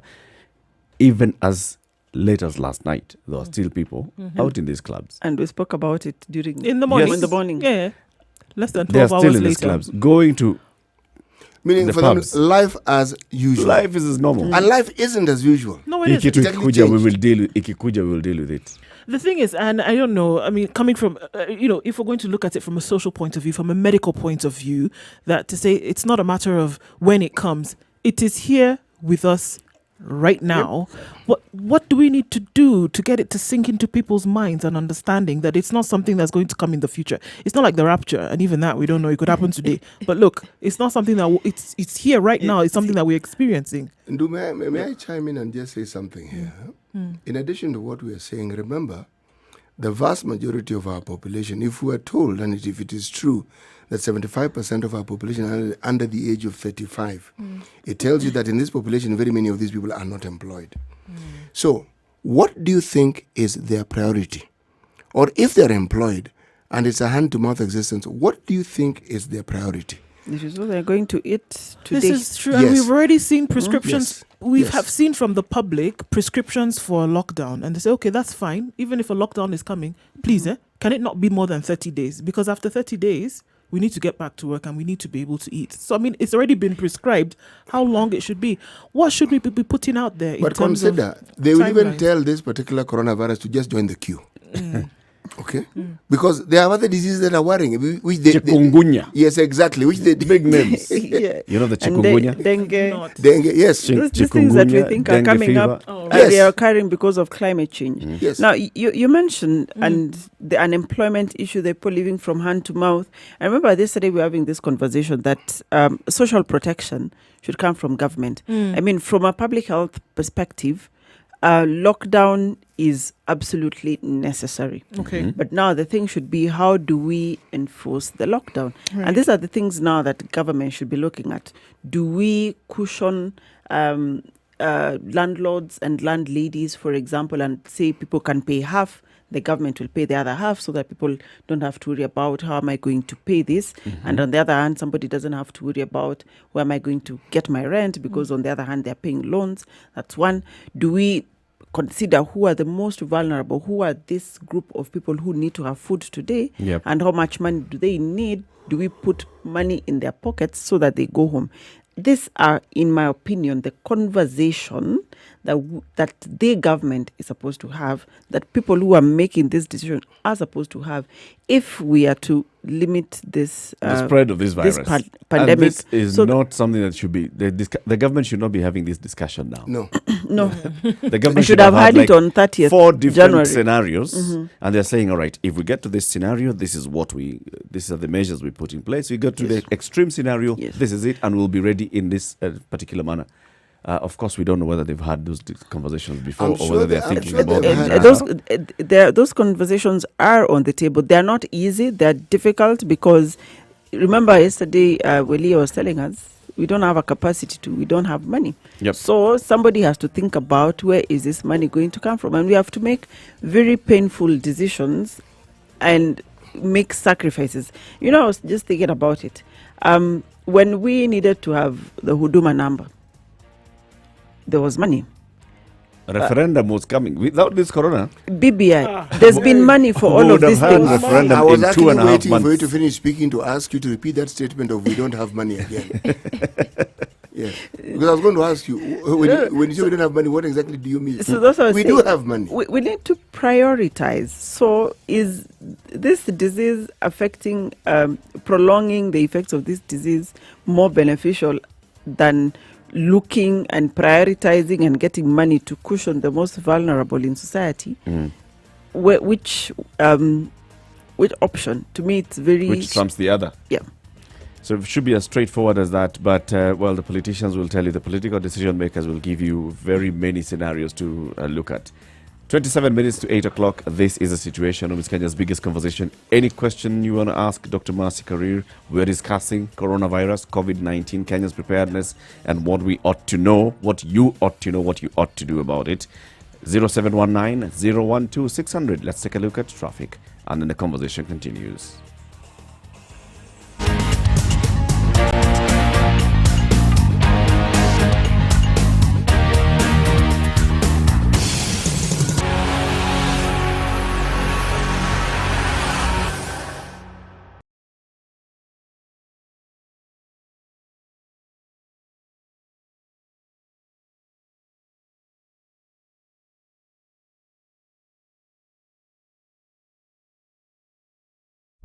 Classic soul, R&B, All right, smooth has jazz, anything changed? neo Absolutely not. soul, It's still and very clear right around.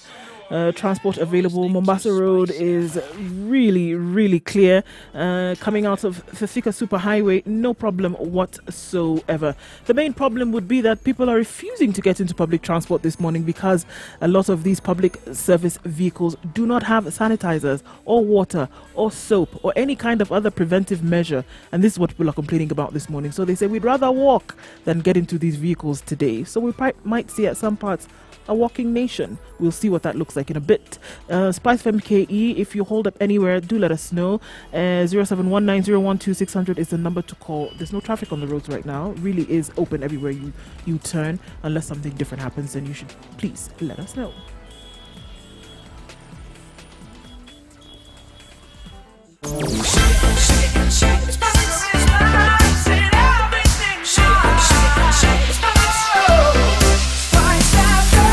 Spice up your life. Mature, intelligent talk every morning. Spice up yourself.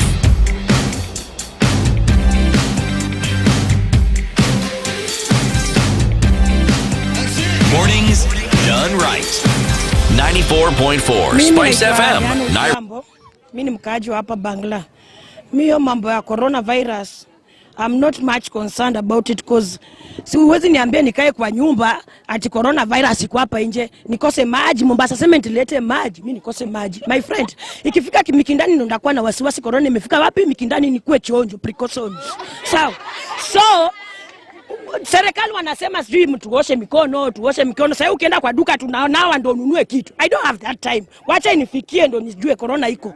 Right now they are talking there in Nairobi, but they are doing nothing here in Mombasa. But haijafika hapa kwetu. Lakini ikifika, I'll take the precaution. Right now hata ukiniona mimi I'm recovering from dengue fever. I swear I'm recovering from dengue. Dengue fever. Yeah. So hiyo corona sijui angona hiyo. Nikikuja pia ndaenda tu hospitali nitibiwe in case kama kuna Yeah. I have more pressing needs and matters and things that I'm thinking of. Yep. This corona, if it comes. I think this kind of mindset, we need to get to a point where everybody sees the seriousness of this.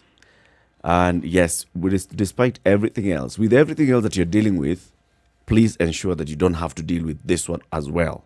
This is like saying there's a fire that is approaching your house. You can see outside dark plume of smoke, and the government is telling you get out, and you're like, "Hey, serikali, when the gets here, I'll move." You see that? And then after the fire comes and consumes your house, you're saying, "Oh, this government, did not even give me any early warning system. Did not help me." I can understand where Mwananchi is coming from, because when you're in a situation where you have to live for today, you'll only think about today. If it's not an immediate threat, then you don't see the seriousness in it. And probably the social scientists now will have to help us here, because from a medical and public health standpoint, we know what needs to be done. But the social, just changing people's thinking, mindset, behavior is... It's called behavior change intervention. It is not easy. No. It is not easy. No. And so here, that's why we're saying, if those people... No. If the people... I think we are excusing ourselves too much. We have very many things to deal with. We have... These are realities, Eric. Yes, But they are you know, realities. these are people's but lives. so is this. Eric. Yes. So is corona. Eric, Corona Eric, is also a reality. Eric, you see, this It's an is your interruption perspective in and this is how their you normal understand. That's not what we're talking about here. We're talking about how other people understand this. That logic, as it's presented, and what I am will saying not is- fly. They will listen and And say, what "Oh, I am listen saying and is, say, I okay, cannot that's sit it." and say I understand what they are saying. I refuse to understand what they are saying. Well, then you will miss the point completely, Eric. Because if you don't understand how the Mwananchi views healthcare and how he prioritizes or she prioritizes it, then you cannot message anything of this sort correctly to them.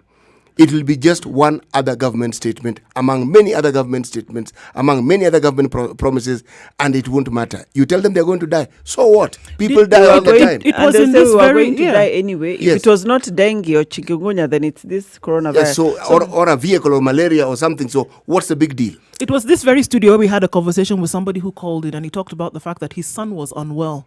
And they went to hospital and said this and this and this is needed. He said, let me leave the son there.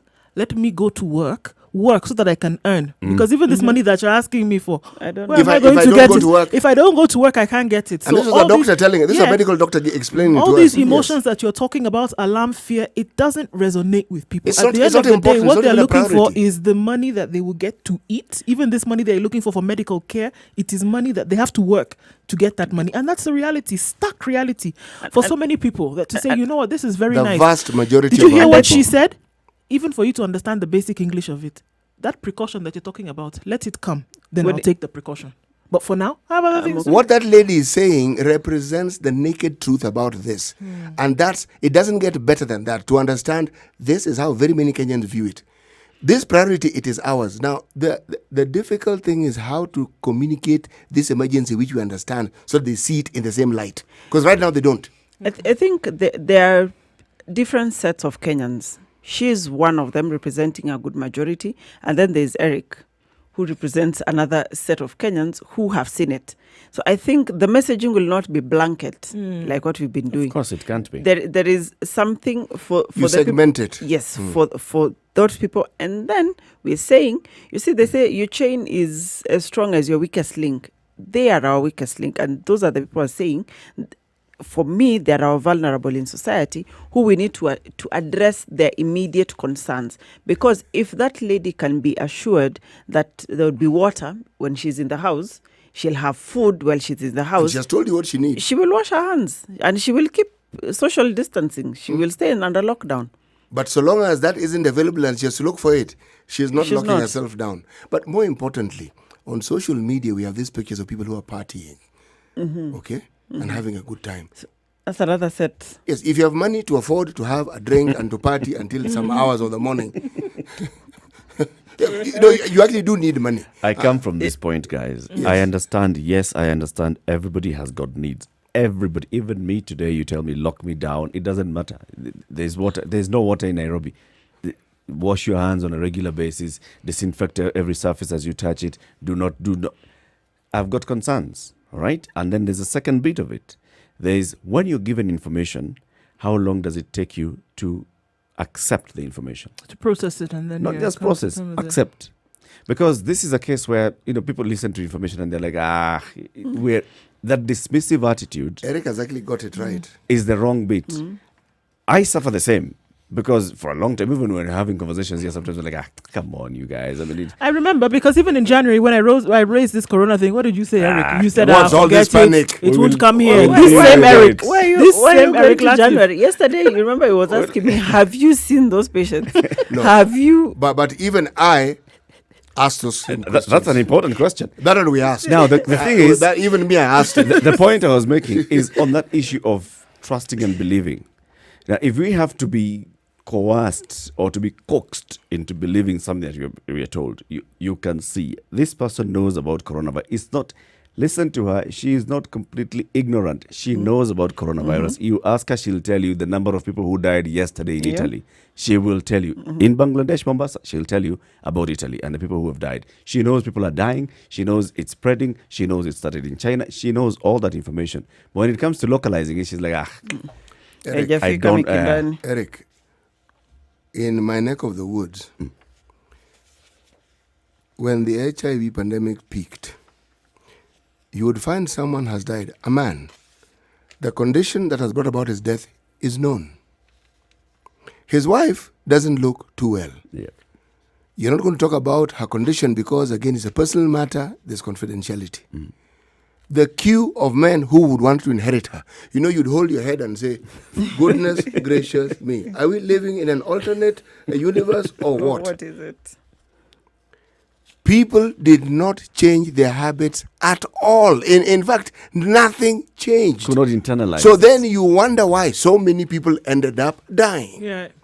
There was then the issue of networking and the networks. And someone tried to explain that when you have this person who you feel is healthy and well and you've tested at that point in time, and it's a rapid test, Yep. okay? It's not PCR. It's not something that really goes into it. It's just something that more or less gives you a brief idea of what's happening. What you don't know are the networks attached to this particular individual. And the networks would tell you that sleeping with one person is like sleeping with another 70 or 80 or even 100 for all you know, depending on the networks. So the likelihood of actually acquiring that particular virus wasn't necessarily determined by this individual that you see. This one is even worse because all you need are droplets. In this case. Yes. Yeah. That's all you need. And what makes it even worse is that it exhibits in conditions that we find common among us. Fever, coughing, cold. So it is likely for you to think it's that fever I had the other time, it's that cold I had the other time. Yep. So you will not even take it seriously. How then, Dr. Mercy, do we package this information? Because we're obviously looking at different segments in society, and still the information is absolutely necessary. We're at a critical point where it needs to be shared. What needs to happen? And before you respond to that, let's also hear from Zachary, who's calling in from Nakuru. Good morning, Zachary. Guys, Hello, Zachary. Hi. Hi, yeah, can you hear me? Yes, we can. Go ahead. Oh, okay, good morning. Good morning. Yeah, so now you have done good to play that clip because it has actually confirmed what I was telling you, that kwa ground, that you do see that lady, you have heard that lady. That is the kind of indifference that on the ground, the issue that we are trying to tackle is being accorded.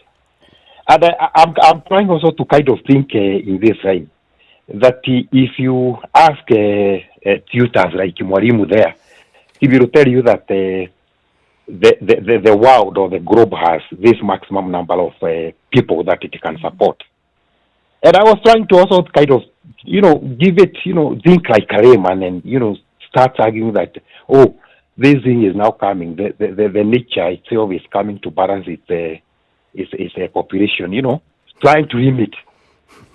And let me tell you, Eric, whether I know about Corona or not, they may reach a point I may start thinking like that woman, that I would rather die of Corona where outside there trying to throw bread for my kids On a daily living. rather than die in the house being confined so that I do not get Corona, okay? Yeah. And there is this guy who said this, that in order to live these days, living is you have to have courage to handle living, yeah? And this is what many of us are thinking. The people there, you tell someone to live in the house and he lives on hand to mouth, and especially the kids. How are you going to look at your kids, crying, they are hungry, they don't have It's going to water. be difficult. It's going to be difficult. You Thank you. understand? Yes, Zachary, we get you. Okay, Chin Kisumu, good morning. Oh, good morning. Good How you morning. Okay, now, the way I see things, from what I'm able to observe, Mm-hmm. I've started wondering if indeed this virus is a menace. Are concerns about this disease only exaggerated in certain quarters? Yet, other entities, like the government, knows that it is not necessarily a crisis. Why am I saying this? You see, yesterday I went to Kisumu town, and life is continuing undisrupted. Kisumu is fully operational. Yeah. Both matatus that I used to and from town were, if anything, overcrowded. The 14 seaters, they carried up to 18 or 20. Yeah. Yeah. And you boarded Now, it. on Sunday, I boarded it. I had no otherwise. That is how life is continuing in Kisumu. Mm-hmm. On Sunday, I went to Kibuye, and the market was full. The only phenomenon that nearly disrupted operations was a threat of a rainfall. There is nothing like Corona, yeah? Now, so my question would be, Yeah. what do we actually mean by a lockdown? Is it optional? Yeah. Now, does the government mean it, or is there another body which is supposed to check into To the enforce matter? it. Okay, why did you go to Kibuye and Kisumu? On Sunday, I went to After Kibuye, I hearing the wanted to government film. advise you to minimize contact.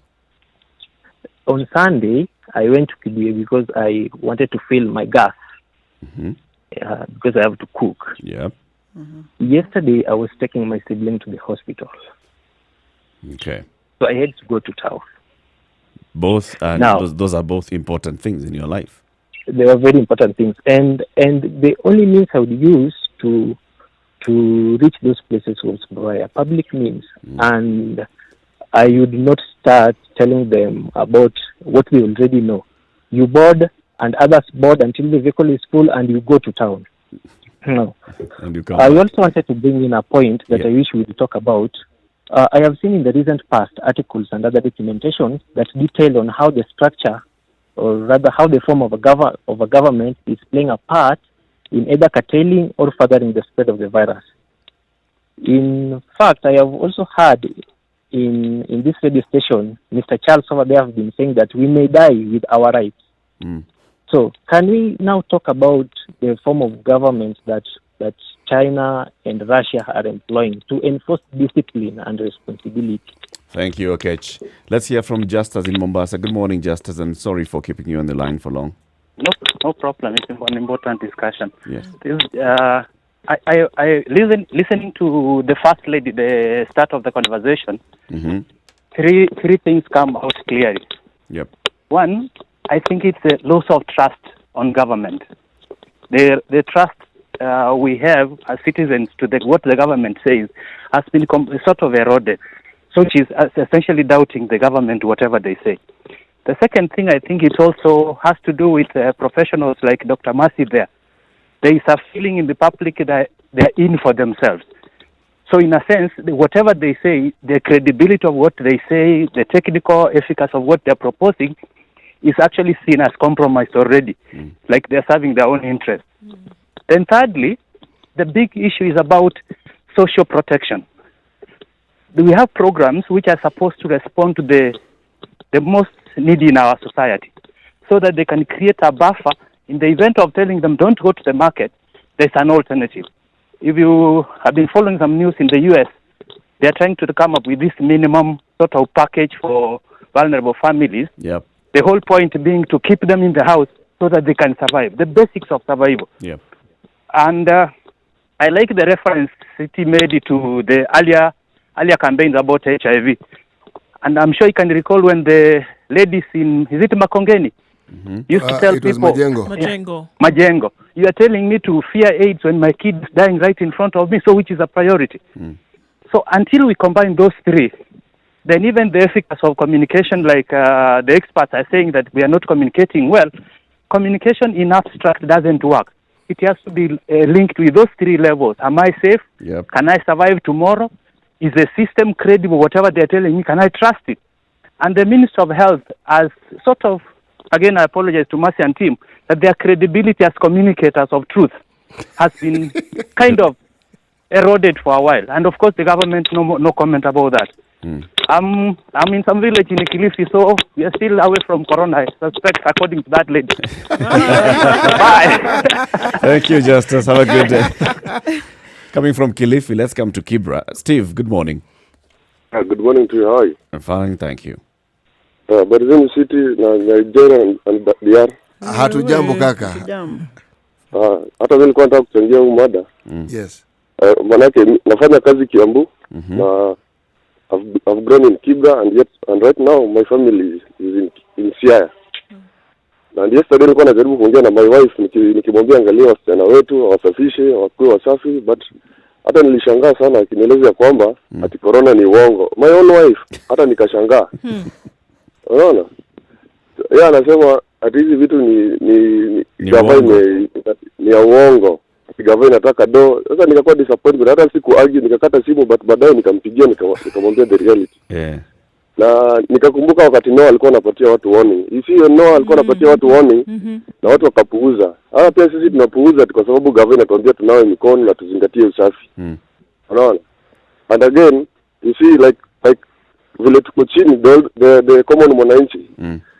Mimi nafanya kwa kazi kwa kampuni ambayo tunafanya research ya kutengeneza transformer yetu hapa Kenya. A brand new one, the first company. Yet our CEO has been paying us with his own money.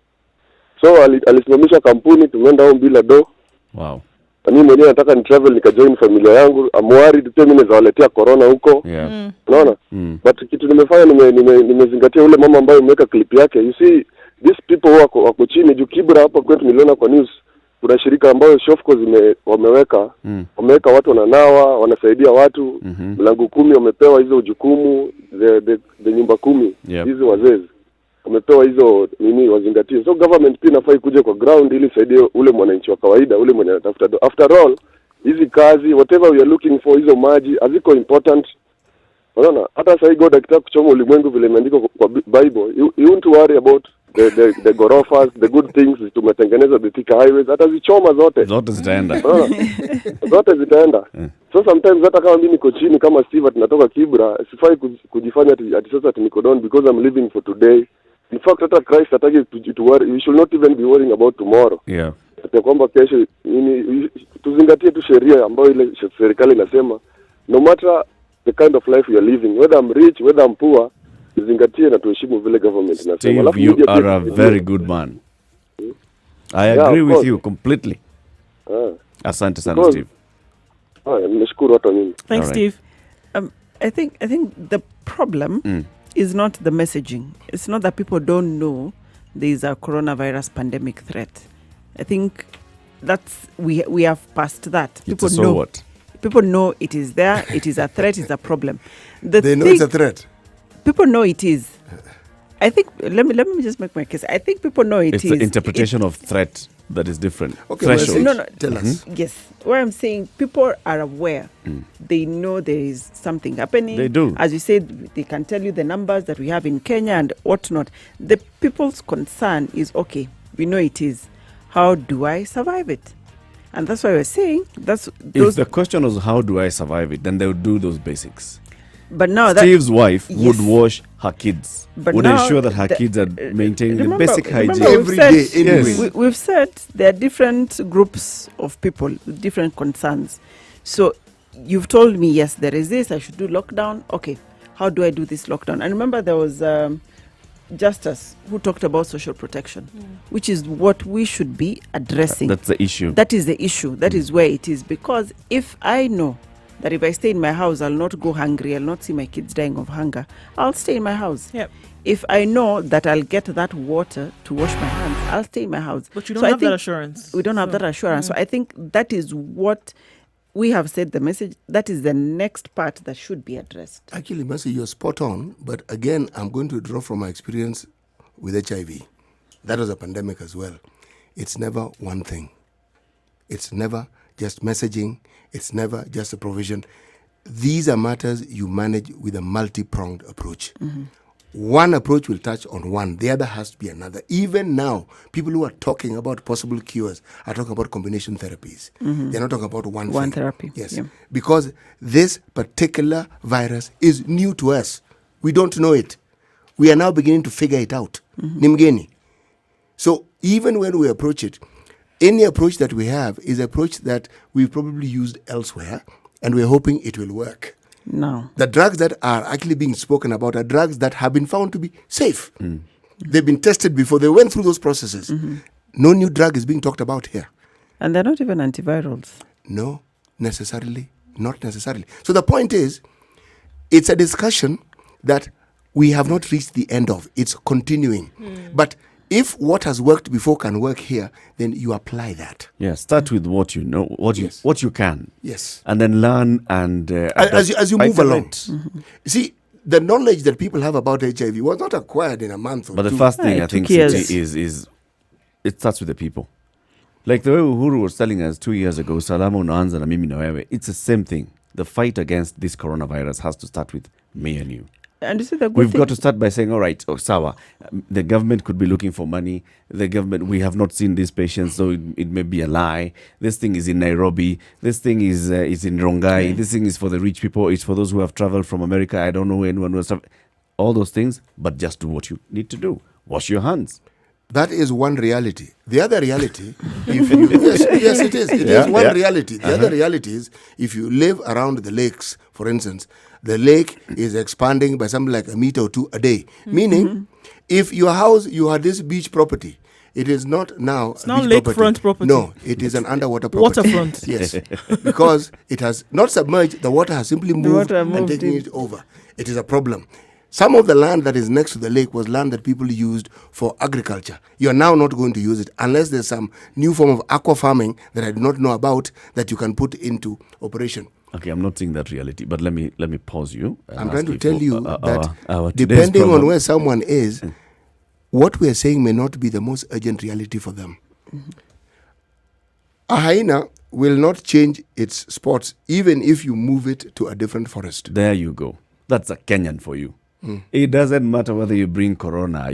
They'll tell you, but there was dengue, but there's chikungunya, but there's malaria. Thank you. But I have lived it. That's a reality also. That is That's- the reality. Yes, because the Kenyans will Those are respond the that way. spots. That is a spot. And Those we are the will- at the spots. We end must of the day- address that spot. And you know, covered with what? We will pray. And we will be saved. We'll have Tomorrow a is prayer prayer day. day. Yes. And we must pray. That's a lot of people are carrying that as, everybody, the doctors can say, Ministry of Health can say, The government can say That is the also a world reality. can and this is the thing. It's a reality for Kaya other people, elders and they will have say, already held prayers in Mombasa. "We will pray, and we will overcome, and we will be fine." The conversation continues on our social media platforms. 0719-012-600 as well is the number to call. Call in and ask Dr. Mercy anything regarding coronavirus, COVID-19. This is a Situation Room, Kenya's biggest conversation. The empty roads in Nairobi, and Nduoko will be telling us, I'm sure today being Friday, people will start traveling up country. So look at the roads heading out of Nairobi and tell them what to do. Tell them to carry sanitizers, to go and wash their hands after every 50 kilometers. Good morning, it's 8 o'clock.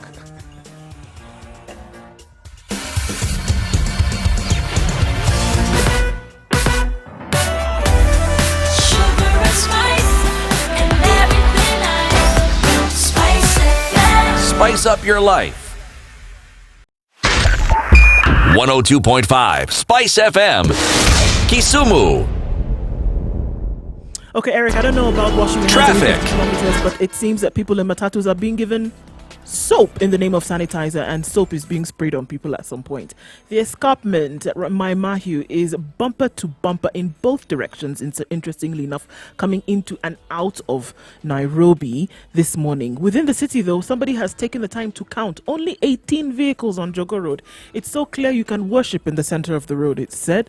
And so now we're Ngong Road towards Prestige, no traffic whatsoever. Thika Road, and people are wondering, did somebody take Thika Road and put it somewhere else? Because what we have is unbelievable. Mombasa Road from Shalom Hospital, traffic is flowing very good. Then towards Cabanas and all the way to the Nyayo Stadium roundabout. Nothing, absolutely nothing happening here. It's a weekday morning, but fare is down to 40 shillings even from the normal 80. People are trying to get guys to get into matatus because there's no traffic. Wow, definitely one for the books. Spice of MKE, tell us if you see something different or give us a shout on 0719 012 600.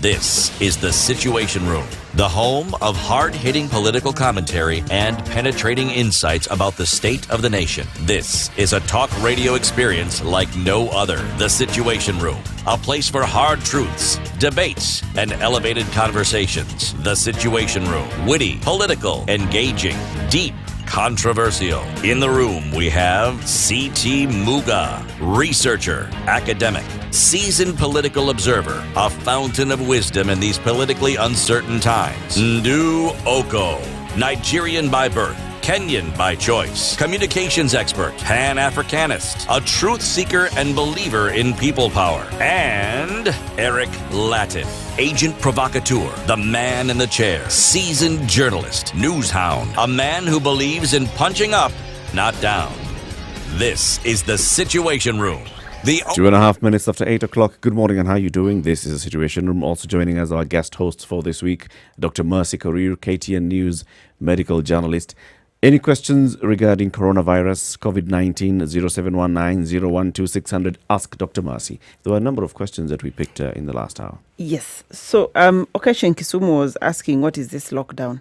And I remember this was a conversation that we delved into at length yesterday, that if it's a lockdown, let it be a lockdown. There should be no gray areas, because that allows people to do other things. And that's why I think people still think that is this thing really real, or is it a creation by somebody, by a government? So I think, as we said, we need more bold moves from the government. And from our front page, there's Uhuru's rescue plan. So I hope that is part of social protection, so that we can actually enforce a proper lockdown. And stories from Wuhan, China, guys are saying it was not as bad. But then some of these cushions were there for people. So I think I totally understand Okech, because as long as people can still move around, then it will seem like this thing is not really There's there. nothing. Yeah. And you see, for me, the thing about this is it is short-lived.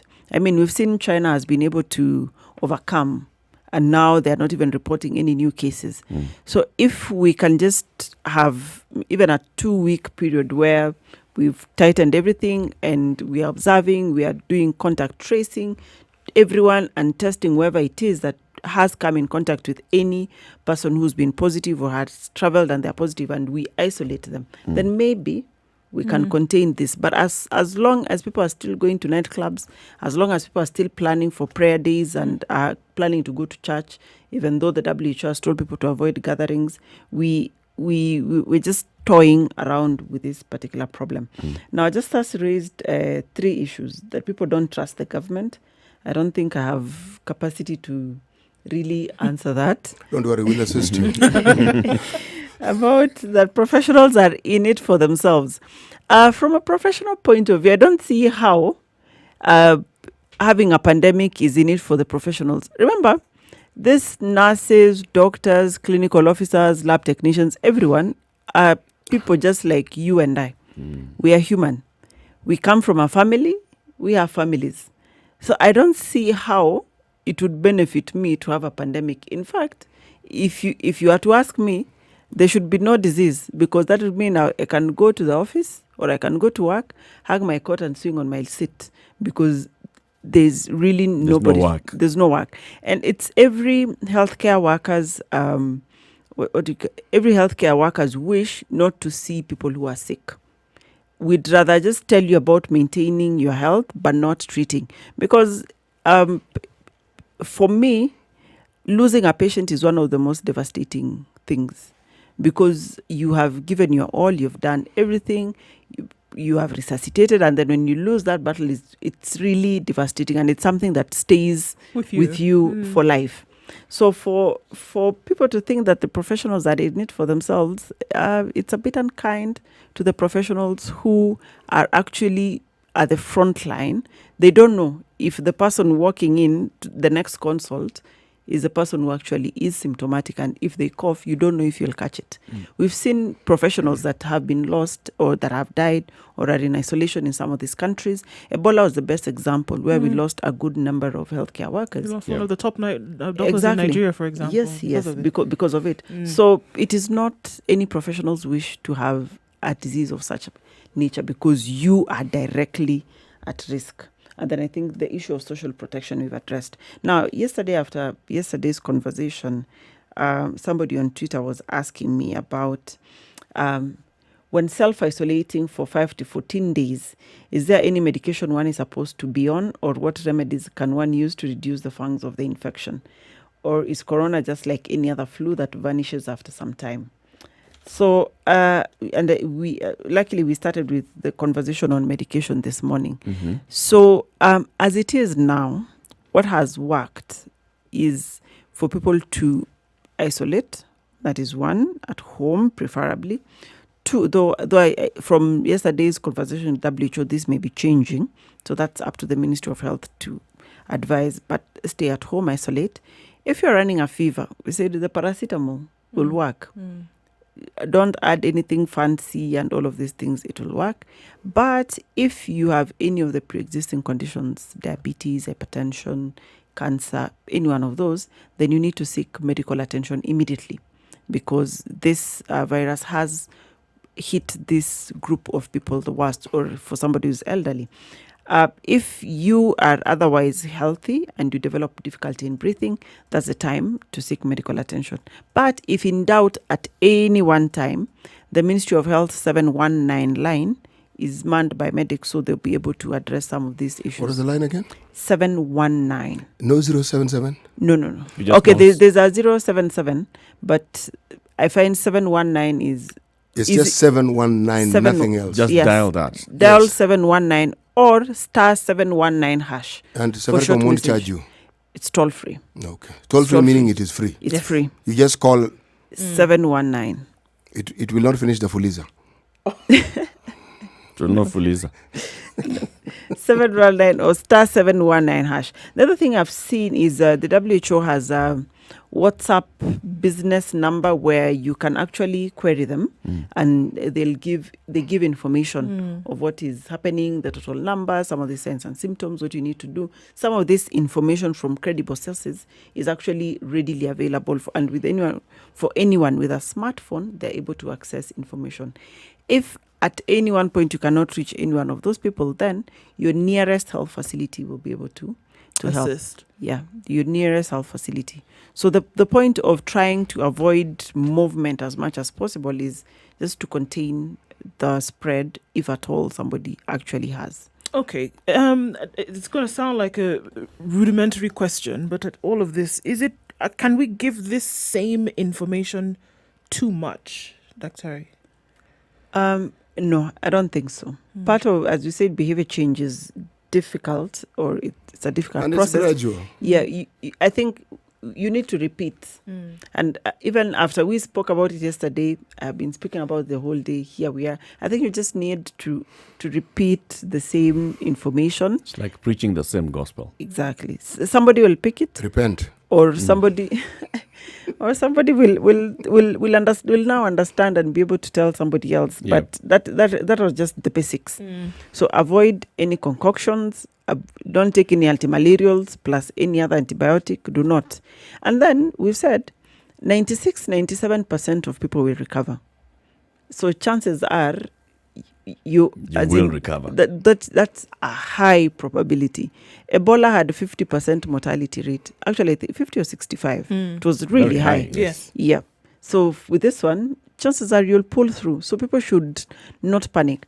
Then yesterday I saw in New York, doctors and medics are asking people not to flood the hospitals because everyone is worried I might have coronavirus. You're running to hospital. And it's the same thing that is happening here. So I think people just hold back, stay home and relax. Actually, they can stay home, but they won't relax. And we When we must... mix those two messages, though, Yes. be easy, stay home and relax, and then take this thing seriously. Which That's is it. which? Which one do you think is going to happen? People will panic. Which is which? Yes, you must give them reason to relax. You must give them reason to actually understand that the staying home is part of the treatment process. It's called caution. It's called being safe. That's all it is. It's not stop your life. Yeah. No, it is, this is a good option for this particular moment in time, and it will pass. Yeah. Yes. These two shall pass. It shall. It's Somebody's asking it's about temporary. washing. So washing hands, but then also washing other surfaces. Mobile phones. This thing is on my hand throughout the day. I'm not washing it. I'm just washing my hands. I think it should extend to mobile phones, pens, anything that you're going to touch. And I think some studies have shown that our mobile phones and some of these gadgets we have actually carry a lot of bugs. So if you're going to wash your hands and you've not wiped or cleaned the surface of your phone, then you're just introducing whatever you had left there back into your hand. So I think as you wash your hands, Wash your also- phone. No. Just clean your phone. Eric, you're telling us to dip our phones in water. Put it in running water. Running water. With soap. With With soap. soap. No. Just clean your phone. Okay. Just clean your phone as often as you are washing your hands. Okay, interesting question Let here. me take this one. Okay. Kevin calling in from Nairobi, and then we look at the social media questions as well. Kevin, good morning. Good morning. How you guys doing? Good morning. Well, Kevin. well, thank you. I'd like to say thank you to Daktari. She's doing an excellent job. Now, I had just a quick question. Yes. We are recommending screening. Once we do the screening, essentially we want to find out who has the disease and who doesn't. So if I find out I have the disease and there is essentially no direct treatment, essentially supportive care, and the majority of cases that we are going to talk about are mild or moderate, Yep. then why the aggressive screening instead of leaving the screening to people who have severe symptoms? And not that you want to treat them specifically, but essentially you want to rule out the condition so that you can treat for other conditions if COVID is proved to be negative. Asante sana. Thank you, Stephen, and thank you for raising that particular question. And we're having that conversation with some of my colleagues as doctors. So now there's screening and diagnosis. So screening, in this case, and I think probably as a public, we need to understand, screening, like what you see, people taking temperature to see if anyone is running a fever, and asking that travel history or contact with somebody just to triage and see who is at high risk or who is likely to have this. So that's different. Screening is different. And I know yesterday the CSCs, there'll be random screening and whatnot. So people should understand So that that's likely what's going to be happening. that's likely what's Take going your to be happening. temperature. Probably take your temperature or ask if you have traveled in the last 14 days, or have you come in contact with anyone who has traveled within the last 14 days, or have you come in contact with anyone who has been diagnosed or confirmed to have coronavirus. So that is a screening bit. Now, when it comes to diagnostics, our resources for diagnosis are limited. We have at the National Influenza Center at Kemri and at Aga Khan University Hospital. And not everyone who is suspected to have coronavirus should be tested. Because much as the WHO is saying test, our reality is we cannot test everyone. So here, and it's sort of like the consensus that we have is to ask the question, is diagnosis going to inform management? If me finding out whether you have coronavirus or not is going to inform what I do, am I going to upscale? Am I going to downscale? Am I going to do something about your management? Then it's absolutely necessary to diagnose. And this are now what we're saying, we should preserve this and prioritize for the people who are the most vulnerable. Right. Those who are elderly or somebody, for example, with diabetes.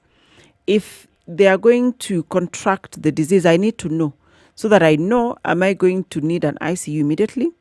Am I going to change their treatment plan for their medication or their insulin? So this is important information for that group of people.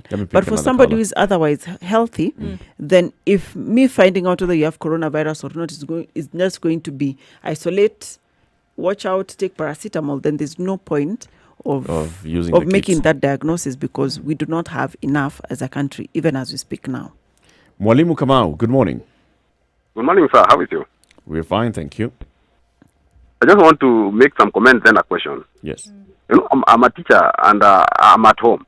And I had some people saying that parents should hold children at home. But the question arises, you know, children cannot stay in the house unless you have a very big house that has even a field inside. You see, children are all over the village. In fact, they are gathering in an empty field somewhere, just like the way they do in school. So it becomes difficult to tame children at home. Then I had, and I have been asking myself a question with me, of which doctor should answer it to me. I had that the coronavirus is in the body, or when it is in the body for 5 to 14 days, doing some incubation thing. And I heard that this is the time that spreading of corona is taking place. But I still ask myself, when is the virus getting out? I know, or what I know, is corona is moving out of the body when you cough or when you sneeze. How comes now, this time, the 5 days, you're not sneezing, you're not coughing? How then is it being spread, yet you don't have the sign? I hope you understand my question. Yes, Mwalimu. Mwalimu, Yes, thank you. She'll answer that question. Anthony is back. Anthony, good morning. Morning, how are you? Good. Good morning. Yes, good discussion we're having, and I really appreciate the things you people do, the way you keep us informed and everything. Asante. But I want to present a situation to you. We are talking about a looming lockdown, which is very much probable if things get worse. But I'm putting my situation here. I am what you can call a hustler. I go, work out of the day, get 500 shillings, buy the necessities, we can eat tomorrow. I have nothing kept that I can buy stockpile food. I don't have. You see? Yep. So if you tell me to stay in the house, I cannot go out to work. I can go out to work. How? You mean hunger will drive me out of the house? There are millions like me. There are millions out there in Nairobi, in Mombasa. Just the other day, I had a conversation. Some guys in Matatu, they were talking, and they were saying, we cannot die of hunger when the rich men have stockpiled food in their houses. We'll storm their houses for food. It's a precarious situation. It's a concern that's being raised by many. We'll discuss this as well. And thank you very much for calling in, Anthony. Have a good day in Mombasa. You too. Asante. This is a Situation Room, Kenya's biggest conversation. In the room, we have Dr. Mercy Korir, KTN News medical journalist. She's our guest host for us today. Any questions that you'd like to ask regarding the coronavirus, you can call in 0719-012-600, or you can also post the questions on our social media platforms at SpiceFMKE on Twitter. You can tag her at Dr. Mercy Korir, at Nduoko, at Eric Latif, at CT Muga. You can also post the same questions on Facebook. Spice FM KE is our Facebook page. We are live streaming on YouTube, and you can also post a comment there in the form of a question. Spice FM KE is a page. 19 minutes after 8 o'clock, let's take a look at traffic and then weather, rather, and then the conversation continues.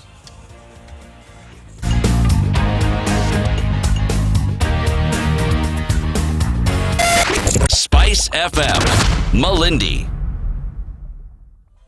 Still very cloudy across the city of Nairobi at 18 degrees. It's giving it to a chance of rain with highs of 24 today. In Nyeri at 18 degrees, it's mostly cloudy. A chance of thunderstorms in the afternoon. Taking a look at what's happening in Nakuru at 17 degrees. Thunderstorms will be expected later with highs of 24. It's 14 degrees and mostly sunny in Eldoret. A chance of showers later on though. Highs of 24 and lows of 14. In Kisumu, it's mostly sunny at 19 degrees. Highs of 29 will be experienced today. Partly cloudy in Mombasa at 28 degrees, showers expected with highs of 32 in the afternoon. Malindi is partly cloudy at 28 degrees, 32 degrees the high, with showers expected throughout the afternoon. In Kampala, 21 degrees is mostly cloudy, expect heavens to open up with rain, highs of 27. In Dar es Salaam, 27 degrees, showers expected there later as well with highs of 32. We'll take a quick look in Johannesburg at 15 degrees, it's mostly sunny. Partly cloudy conditions will follow later on with highs of 24. And finally in Lagos, wrapping it up for Africa at 28 degrees and partly cloudy. Such is the situation through the day with highs of 34 and lows of 26.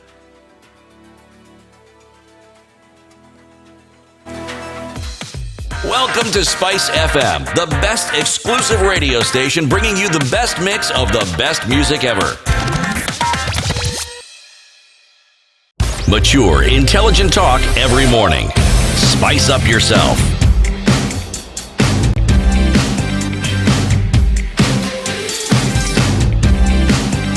Mornings done right.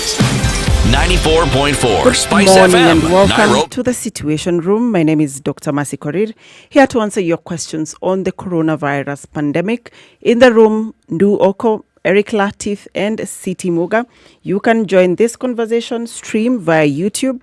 You can ask your questions on 0719-012600, 0719-012600, or you can tweet us at SpiceFMKE, or you can tweet me at Dr. Mercy Korir. And we are here to not just answer your questions, but also listen to you, because we realize that many of you are worried about social protection. If there is a total lockdown, what happens? Do you stay in your house and you don't have a source of income? You don't have food? What happens? So we'd like to hear also those concerns and your queries. Now, Kamau Mwalimu is asking about the incubation period of 14 days. Yeah. And that if you're asymptomatic or if you don't have a cough or a sneeze, then how are you passing on this virus? How does it get out? So now, from what has happened in the East Asian countries and Europe, people who have not shown any symptoms are unlikely to spread the coronavirus. Because if you're not actively coughing, if you're not actively sneezing, if there's nothing to get out, then you are unlikely. And we say unlikely because in medicine we say you can never say never, or it's not possible. You're unlikely to transmit the virus from yourself to somebody else. And that's why the 14-day period is very important, because within the 14 days, if you have not developed any symptoms, then it means you had a very mild disease that just your body was able to fight. Or if you develop any symptoms, you're able to fight it within those 14 days. And you're able to fight it within those 14 days, and you then it will have been contained within that particular environment. Now, how does it get out? When your body fights these bugs, it just clears, for lack of a better word. I don't know how else to explain it. It just clears. And if it has cleared, then there's nothing else to... It expels it. Yeah. Yes, so it's no longer there. It's no longer there. So there's no longer anything to spread. So it goes completely, or are there some remnants? It goes, okay, so far, it goes completely. As you said, it's a new virus. We're still learning a lot about it. So as it is now, when your body has fought it and it's no longer there, it's no longer there.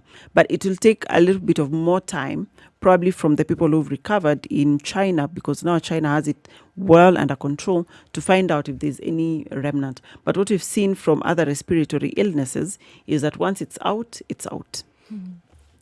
Yeah. All right. Again, the whole cleanliness and hygiene issue keeps popping up at us and asking ourselves, okay, there's some people who are not even able to afford the sanitizer, and we've talked about, basic soap and water to wash your hands, and that water also is a problem. I'm happy that people are not saying we cannot get soap. Now we are addressing the issue of getting water. Yeah. So now, in this case, what do people do? Because that's the thing. What am I supposed to do then? And in terms of keeping my surfaces clean and such, what can I use? Well, I think now this is a bit difficult. We're saying use soap and water, but yes, somebody has to have some water. It doesn't have to be bucket loads of water for cleaning, but anything that can clean surfaces. If completely you do not have any water, just wipe the surface. Just wipe the surface. People have water. People have water, but I think they're looking. I think what people are looking now about, what they're looking for, is the cleaning agent that is going to keep this thing at bay. So that's the question now. So if it's the cleaning agent, we said any bleach. Okay. Any bleach diluted in water is actually very, very good. Okay. And for a bleach, like 1 part of bleach, 6 parts of water at the very least. That combination would actually be a very good disinfectant. And it repeat that one again. 1 part bleach, 6 part water. So it could be 1 part, it could be a cup, it could be a liter, spoon, whatever it is. Whatever the but part 1 is to 6. So that combination is good disinfectant. And it's not just for this period of the coronavirus pandemic, but also moving forward, it will be a good habit. And almost every household has a bleach. Almost every household has a bleach. So that's something that people can just incorporate and use it as their day-to-day habit. Okay. Yeah. There are those that are asking about, cleanliness of surfaces. Yes, I think you've already addressed that, right? The other questions that have come in on social media as well include this one: the lifespan of the virus outside the body on different environments, like in different temperatures and materials. Okay, there was this study, I sure it was shared by the NIH in the States, where they did the study, and the virus lasted for several hours to 72 hours in plastic and steel surfaces. So that's what they have found out so far. So, but between up to those 72 hours, then its potency or its ability to cause serious disease lowers as it stays exposed. Okay. Yeah, so that's why the insistence on clean surfaces. Okay, a text message just came in now. I came into the country on the 8th of March. As I arrived, they checked my vitals, but then getting into the airport, I wasn't giving any information. I have not self-quarantined. Is it too late to start now? Come to the country from where? She hasn't given the details. Okay. It's somebody called Mary. She has not given the details of where she has come from.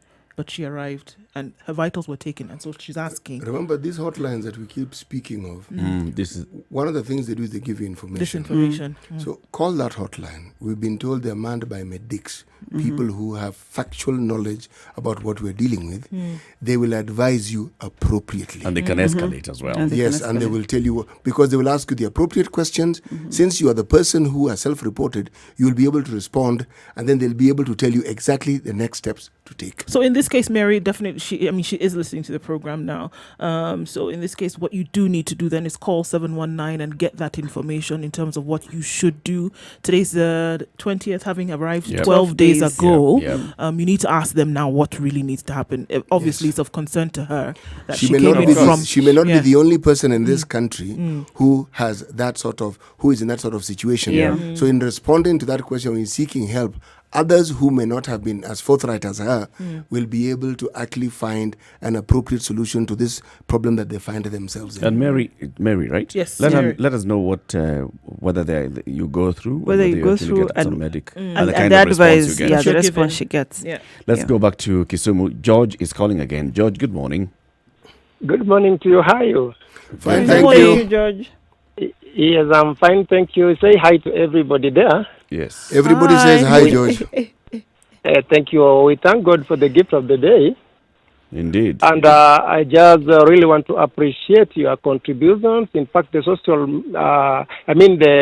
social media and the Department of Communication is really doing their part, and we appreciate that because you are creating awareness, and you see information is power. Good. Yeah, so despite the fact that this pandemic is severe and it is threatening globally, but your contributions actually are really worth it. So we must appreciate you for this. Now, my question is, back in the village there, we realized that we do not have water catchment. In fact, these people don't have tanks. So in such cases, they basically depend on ponds where they go, they fetch water, and not only one person. Generally, the community or that society, which consists of very many people, they collect together, women, children. When they go there, they fetch water, they wash utensils and clothes at a particular area. So in that scenario, you realize that there is this interaction whereby somebody might happen that they carry the coronavirus with them from home, where they go there with them in the pond there, they mix, they interact, and of course, due to that interaction, I think there is possibility of people getting infected, because most of the people you find there in such areas are children who can just cough anyhowly, even as they pray. Then now my next question is, children are now out. You cannot contain them. They go, they play in the field there with fellow other children. And in that particular scenario, you may realize that, again, children, they may cough and they may do all sorts of things that expose them to infection. So how can this be controlled now that our children are at home? It's a very valid questions, George. Asante sana. How is it in Kisumu? Are people out wherever you are?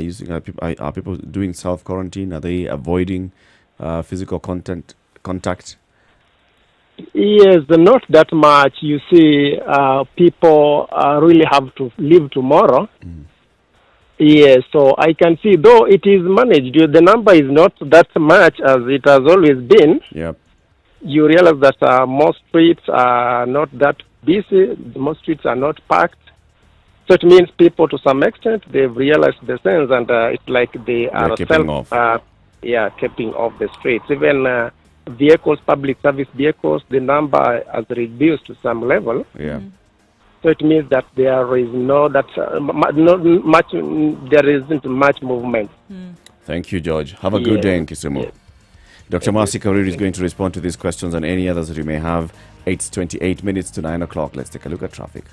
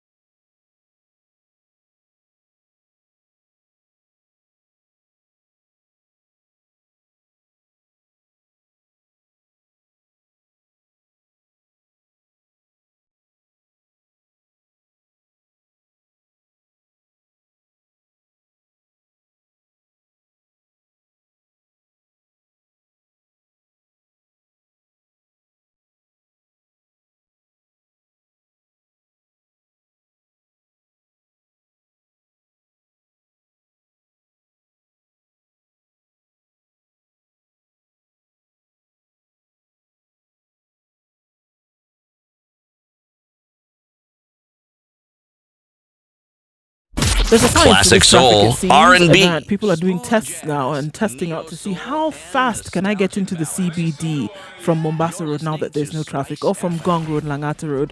We'll see what the numbers are later, but it seems that you can get there in record speed today. Understanding that the fog is very low in Nairobi today, so you want to be very, very careful. We've already seen a couple of accidents around. The roads are misty, so please do drive safe. The exodus is no joke, apparently, and still out the city on the Mai Mahiu escarpment, we see that quite a lot of traffic. The inbound traffic, not so bad. Outbound, however, seems to have increased in the last half an hour. What's happening on Thika Road? No traffic at all? Yes, everybody seems to be staying home or leaving the city for some reason. Kasarani Mwiki Road, what's happening? Nothing. Mombasa all the way to town, absolutely clear and free. Spice FM KE is how you can reach us on Twitter. We'll take a look at what's happening in a bit and see if the situation leaving the city has reduced. Also understanding that universities and colleges are closing today, so that could contribute. We'll have a look at it in a bit. Bit in a bit.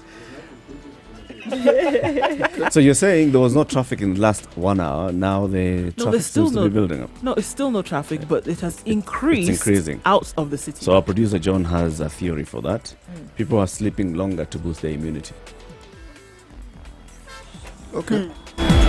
Sugar and spice and everything nice. Everything nice. Spice FM. Spice up your life. Mature, intelligent talk every morning. Spice up yourself.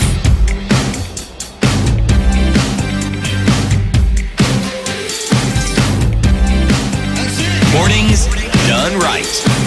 94.4 Spice. 24 to 9. Good morning, and how are you doing? Thank you very much for tuning in to the Situation Room, Kenya's biggest conversation. Dr. Mercy Korir is answering your questions. So Anthony from Mombasa and George in Kisumu had their questions. So Anthony went back to what we were discussing about in such a situation that it's basic survival. And so it's the how do we survive this? And as we have kept on saying, it's not a one straight answer, because it requires very many players around, from the medics helping you know how to keep off the bug or how to survive if you get the bug, to different arms of government coming in place with security, with social protection and all of those. So it's a question whose answer comes from the government, from different players. Let's just put it this way. It comes from the government. It comes from one particular person who has been given this mandate, the chair of the response committee. And Kagwe. He's coordinating this. He is coordinating, but when it comes to that, he needs to heavily consult his boss. So his boss has to now bring in together everyone so that they can have a collective decision. And this one has to come from really top. Because you've seen, like in Canada. The man with the sword. Yes. President. In Canada, the PM, Justin Trudeau, is the one who stood up and made the announcement of all of those measures. So that's the kind of leadership that this country expects. Those provinces in Canada are semi-autonomous. But one voice. So this thing of one governor saying this, the other, all of that can be incorporated. Yes, it can be incorporated so that it is one voice. All they do is just implement. Exactly. That's it. They bring in the peculiar issues, circumstances in their regions. It's included, but one voice. Yes. So here the buck stops with the president. Okay. Yes, for social protection. Now, George raised. From George's concerns, I picked out two about water, and this is what you've said. People still have to live. They still have to go and get that water. They still have to congregate probably in that water point, and I've been to some of those places, and it's usually like a social gathering. So I think now people have to unlearn that social gathering and start giving themselves space. One person can go and get their water, then the next person moves in, there has to now be some order and some process to getting that. And that's something that people within that society, that community can organize. Now, the issue of children, remember even yesterday when we were thinking about it, you can only keep children in a confined space for so long. So here you just have to maintain hygiene at every point. at every opportunity that presents themselves. And if I do it in my house, if City does it in his house, if everyone does them in their own little spaces, then it becomes a collective responsibility.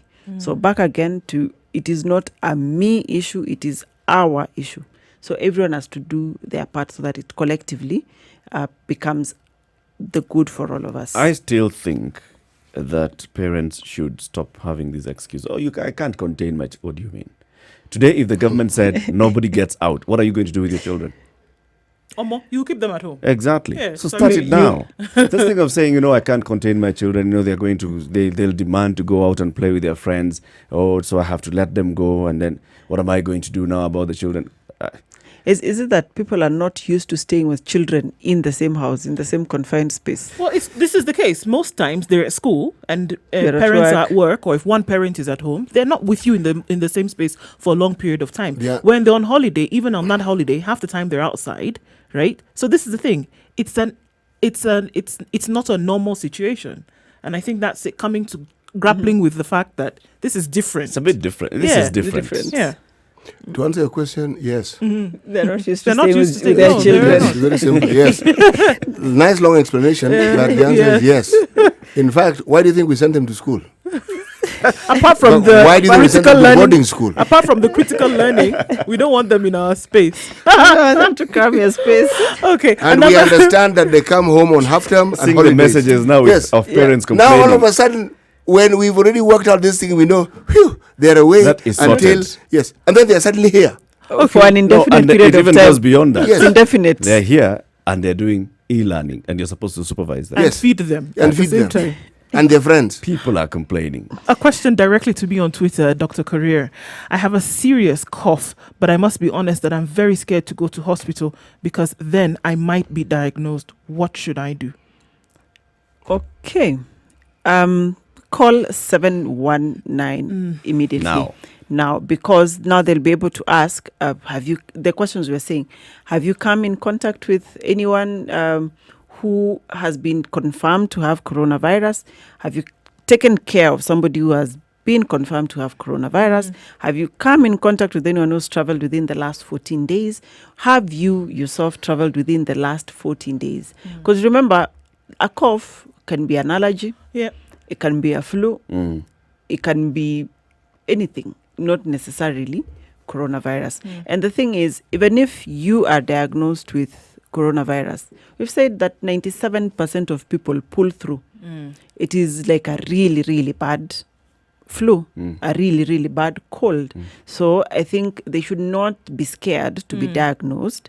And that is, I think this saying it's really bad and whatnot has scared some of the people such that it's a genuine concern where you're afraid of going to hospital. But the thing is, even if you are diagnosed to have it, you'll pull through. You'll pull through. And the thing is, even our 7 confirmed cases, they're actually doing okay. None of them is serious. No. None of them is in HDU even. Nope. I think that's a concern, though. So, Even from this yeah. question, it's a concern that people might be afraid. But then at the same time, the measure is to pick up the phone if you can And call and The ask good thing first, is that then we be advised on what have to we do. have this system where you can call the 7. Let's talk about it. This 719 number. Who's manning it? Where is it? What kind of protocols do they have? I think that one is a bit heavy for me to answer. Let's call it But a Ministry of Yes. Health initiative, and that it's a collaboration between the Ministry of Health and its various And the departments Right. and the and telcos. people who are experts, and they're using a medium that they know very well people are accustomed to. So calling in is something that many people will, they wanna w- do. They're not unaccustomed to it. But I would add social media to it, because the fact that somebody can ask that question on social media, it means it can be addressed. Yes. So in addition to the call, I am sure the government has thought of this. There will be social media responses to some of these questions, because some people may not particularly want to call, but the problem is the same. They want to.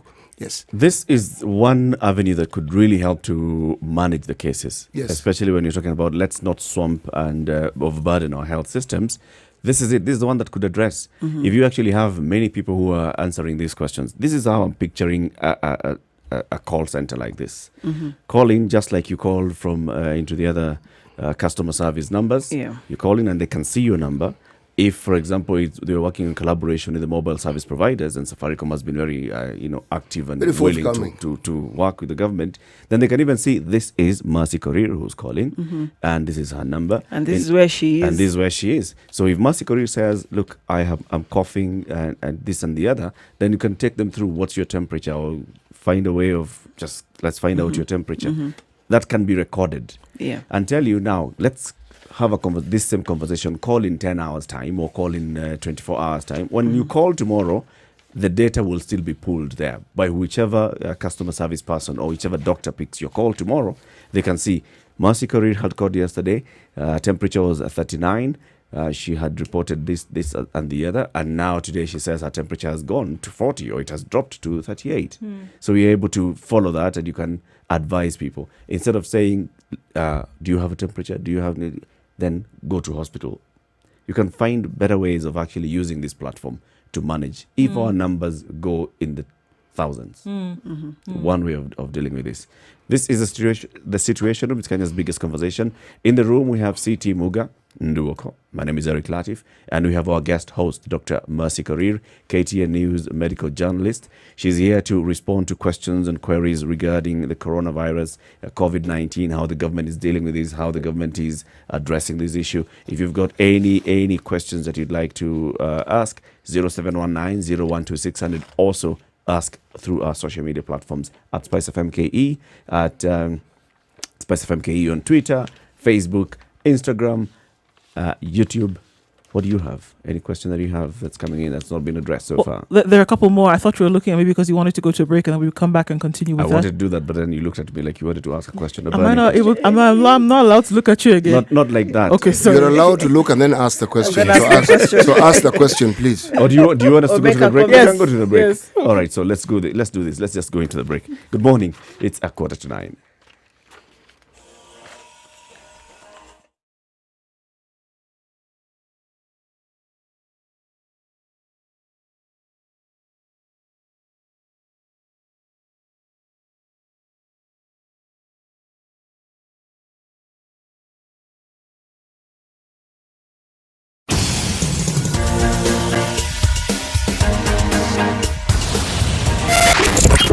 .9 Spice FM, Mombasa.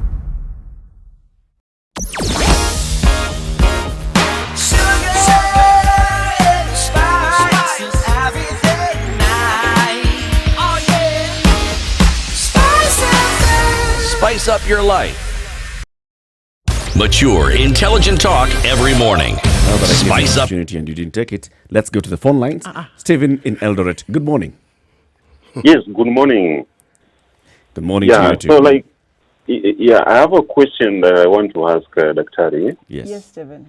And the way we've been told that to those who are in quarantine or those who should be on quarantine, and from what we've seen outside the country, like especially in China, you see, normally their temperature would be taken on a daily basis, okay? And even after the 14 days, okay, how will one know that it's safe to go, probably if the symptoms will not show up, okay, without the medics taking their temperatures to know if they are growing or reducing, something of the sort.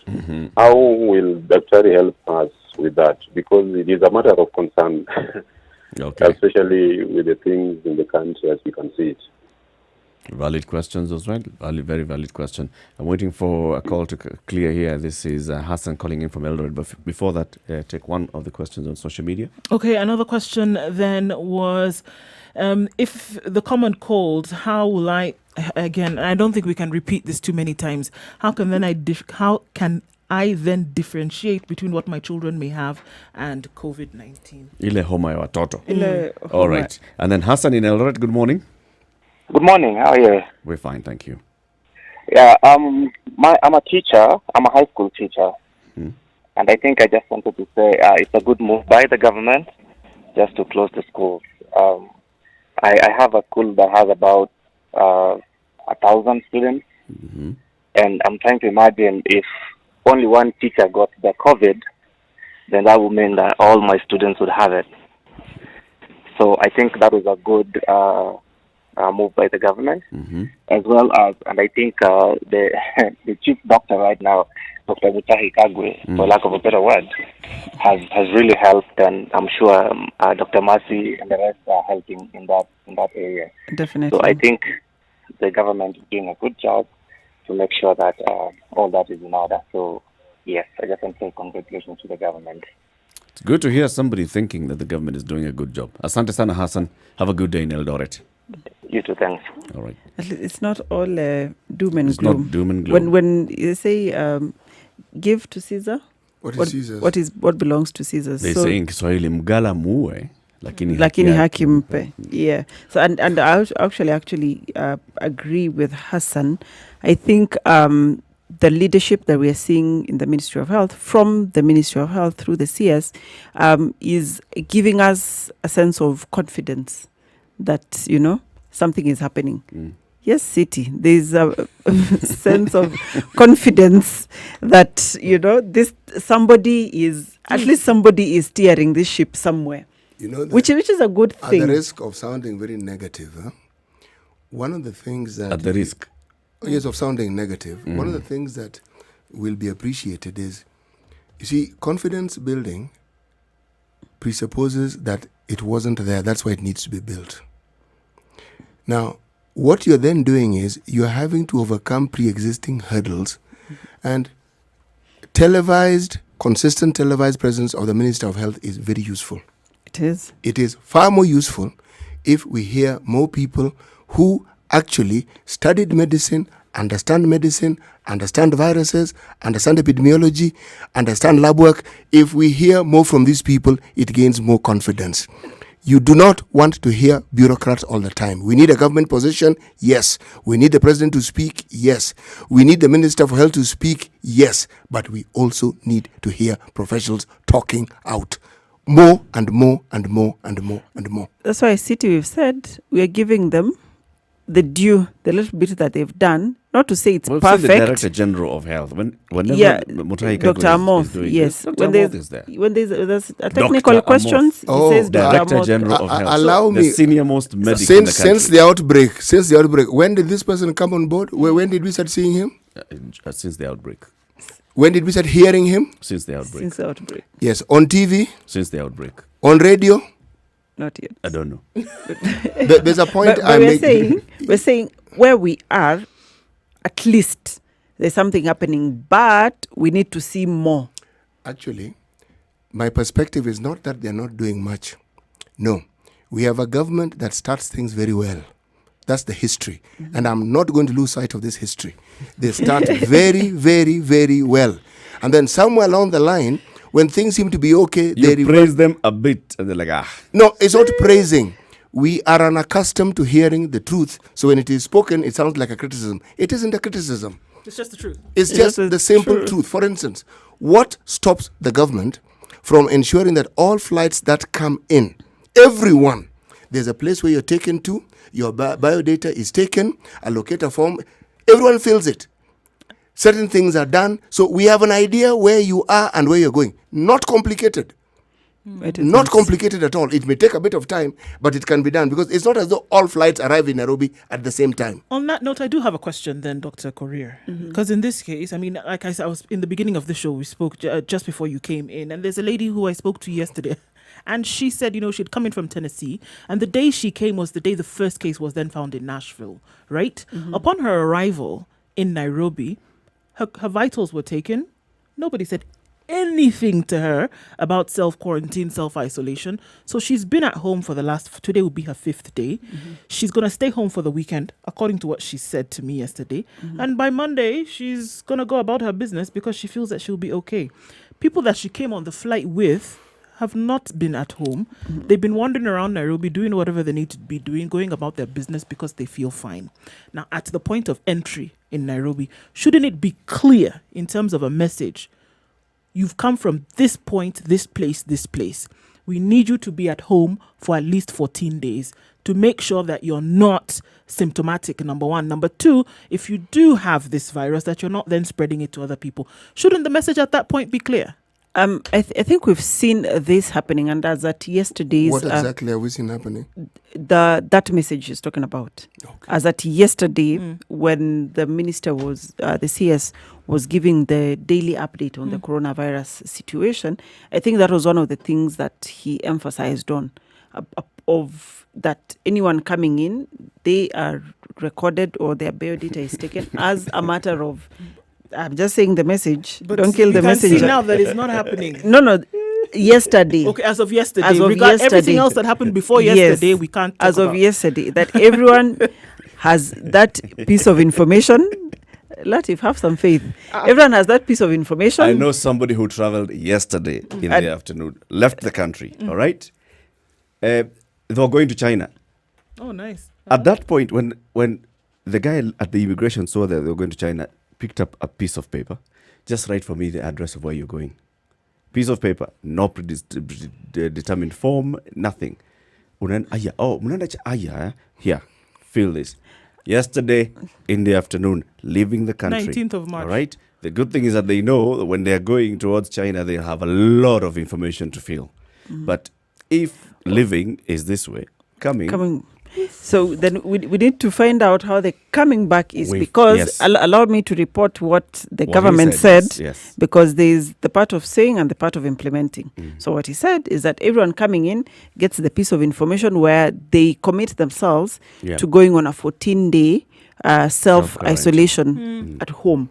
And all their information and everything, where they're going, where they'll be staying, all of that is captured. And How it's is it mandatory. captured? On the form. On a form. Which is that form available? That's what I'm saying. This was yesterday's information. So give us until today to confirm whether that form is available. We'll now confirm with this. Whether during people today who have arrived today have gotten that. We are a resource-limited economy, and we understand this. In other parts of the world, like Australia, they don't just do that. They give you a bracelet. A bracelet. It's like a tracking bracelet. It is a tracking device. It's a tracking device. Yes. In China, you have your phone, they give you a QR code. Yeah. That's it. So they know whether you are in where you're supposed to be or whether you've moved. We are not asking our government to go to that length. No, that's too much. We are simply asking for not actually. a form. I'm being facetious. We only need a form which someone fills. It's called a locator form. So you know where the person is going. So you have that one is difficult. So on record. That one is difficult. So we'll ask them to provide for us that form from the arrival point, because they said that is happening, and because they say you have to commit yourself to go on a 14-day quarantine on paper. Yeah. So we'll how do you enforce this? How do you make sure that this person is following this? If you can't even locate them, how are you going to enforce it? Something to follow up. This is an Today's issue. proverb, CT, about the Kenyans and their sports. And I think what we are discussing here is most appropriate. This particular hyena. A hyena, even if will not change its spots, even if you move it to a different forest, the spots will remain the same. It's because we're familiar with the sports that you hear us asking these questions, and that we keep posing these questions. Because Wakenya ni fisi. Yes. Does it apply to any other spotted animal? Does it have to be a hyena? Yes, because a hyena has a bad reputation. For taking things that are not it has a terrible one. It has a tendency of foraging on things, getting things it didn't work for. It waits for other animals to hunt, then it comes and just... That's why it's called a scavenger. It's a scavenger, okay? And in this country, there are many scavengers, okay? So it is most appropriate even from that point of view. The hyena also is very interesting because it has long front legs, limbs, and short. Yes, exactly. So it kind of scoots along. It runs in a very funny way. You actually think it's moving backwards when it's actually moving forward. That could explain so many things. You're putting this in context in your head, right? Other animals in that particular family will bark, they'll bay. So we should identify a forest. A hyena laughs. And take some hyenas out of here and take them to that forest and see if they might change their spots. The forest has actually arrived. Hey. This particular forest, this new forest, is called COVID-19. It's an opportunity for us to see whether those spots can actually change or not. I am actually optimistic. I believe you can have a striped hyena. I believe it is very possible. You can even have an albino. In a new forest. In a new forest. Unless we change the forest. But anyway, let's maintain And the the hyena will optimism. start barking. It might just bark instead of laughing. Shut up, This is the Situation Room. It's Kenya's biggest conversation. There's some questions that you've asked Dr. Mercy Korir, Stephen, and Hassan, and she's just to respond to those. She'll respond to them shortly. Also, keep posting your questions and comments. Spice FM KE on Facebook, Spice FM KE on Instagram and YouTube, at Spice FM KE on Twitter, at Dr. Mercy Korir. That doctor is Dr. Mercy Korir. And at Nduoko, at Eric Latif, at CT Muga, at Spice FM KE. Post your questions there. We'll be looking at them and having this conversation, looking at what the government is doing, looking at what the citizens are doing, what ought to be done, what you need to know, any misinformation that's out there. Just call in. We can debunk those myths for you. It's now coming up to 9 o'clock. Good morning. This is Spice FM. Wow.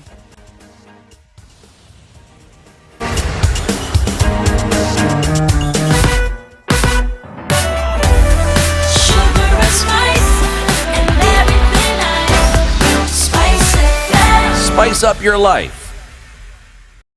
94.4 Spice FM, Nairobi. Okay, not much has changed as we're looking at the roads today. You're getting to where you're going in record time during the day.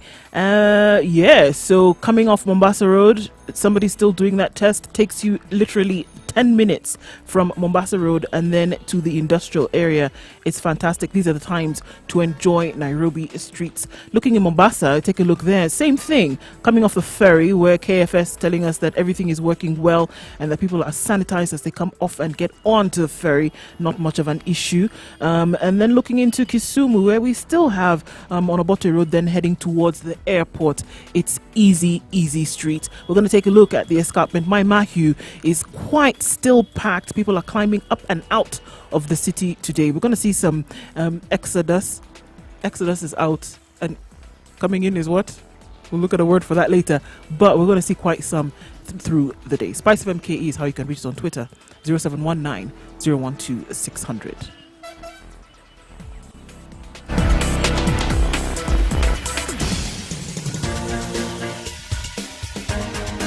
This is the Situation Room, the home of hard-hitting political commentary and penetrating insights about the state of the nation. This is a talk radio experience like no other. The Situation Room, a place for hard truths, debates, and elevated conversations. The Situation Room, witty, political, engaging, deep, controversial. In the room, we have CT Muga, researcher, academic, seasoned political observer, a fountain of wisdom in these politically uncertain times. Ndu Oko, Nigerian by birth, Kenyan by choice, communications expert, Pan-Africanist, a truth seeker and believer in people power, and Eric Latif, agent provocateur, the man in the chair, seasoned journalist, news hound, a man who believes in punching up, not down. This is the Situation Room. 2.5 minutes after 9. This is the Situation Room. Dr. Mercy Korir is in the studio. There's some questions that you are to respond to. Yes, and we should be able to get, sometimes you call in backup when things are thick. So we should be able to get in a chest specialist who is a pediatrician, but a chest specialist who will be able to answer some of these questions better than I would. That's Dr. Andrew Owor. So we should be able to get him anytime from now. I think one of the questions that was, who asked about this? It was a social media question about the signs and symptoms. And we are saying that this is a respiratory illness. It will show up like any other. But its commonest symptoms are that one can develop a fever, a cough, or difficulty in breathing. It's not to say that you may, if it's a runny nose or a stuffy nose, that's rare, but the commonest ones that we are informing the public is that of a cough, a fever, and difficulty in breathing. Difficulty in breathing. Yes. No running nose. They say it's rare. Sneezing. sneezing can happen. Okay. Yeah, but in terms of the signs and the symptoms of this particular one, remember it is still a new virus which we are trying to understand and figure out what it is. So those are the commonest. So you'll find that for a flu, the cough will obviously be there, fatigue and feeling weak and feeling. When I used to feeling out of sorts. When I used to be in the outpatient, nasema nasikia mwili si yangu. Yes, that used to be the best indication of out of body experience. Yes, nasikia mwili si yangu. So that fever obviously and chills and a headache, which are rare not common for COVID. So there's those. They are not really cardinal that. They may look the same because when a flu you may have a cough, a common cold you may have a cough, this one may have a cough. So that's why we are adding those other issues of contact so that now you're able to differentiate between COVID and these other ones. So the issue of contact or having attended to somebody with COVID is absolutely important in being able to narrow down and triage. And I think talking to the doctor still, many people are still going to hospital because everyone is scared. Yeah.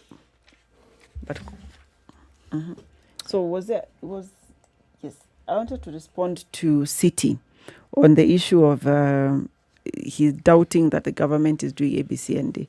And I think for me, and I'm not I don't hold what's it called? Brief for the government, yes.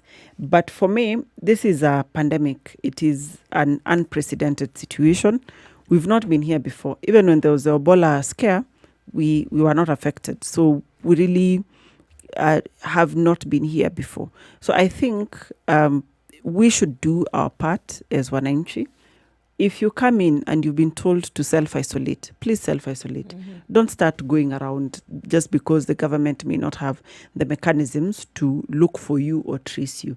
I think let's also do our part, because if 95% of us have done what we are expected to do, then we'll only have a smaller percent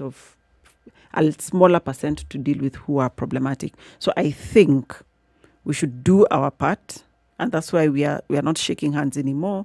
We are washing at every point or sanitizing. So even the people coming in, just because the government may not be able to track all your movements, just be disciplined and do your part. So is the Catholic Church doing its part? When the Catholic bishops say, we'll still keep our churches open? For me, no. This is the church with one of the largest congregations in the country. For me, no. And it's as in, if I were the Catholic Church here, I would see what's happening in Italy. And I would tell the congregants to stay home. Yep. I would stream. I would go on radio and hold mass. I mean, the point is for people to get the information. Even WHO yesterday was telling people, and I think it's a big problem in Nigeria, where one of the very famous pastors is telling people that by 27th of this month, it will be well. And so people should still continue going to church. And I think that is really misleading the public, because we understand as African countries, we are very religious.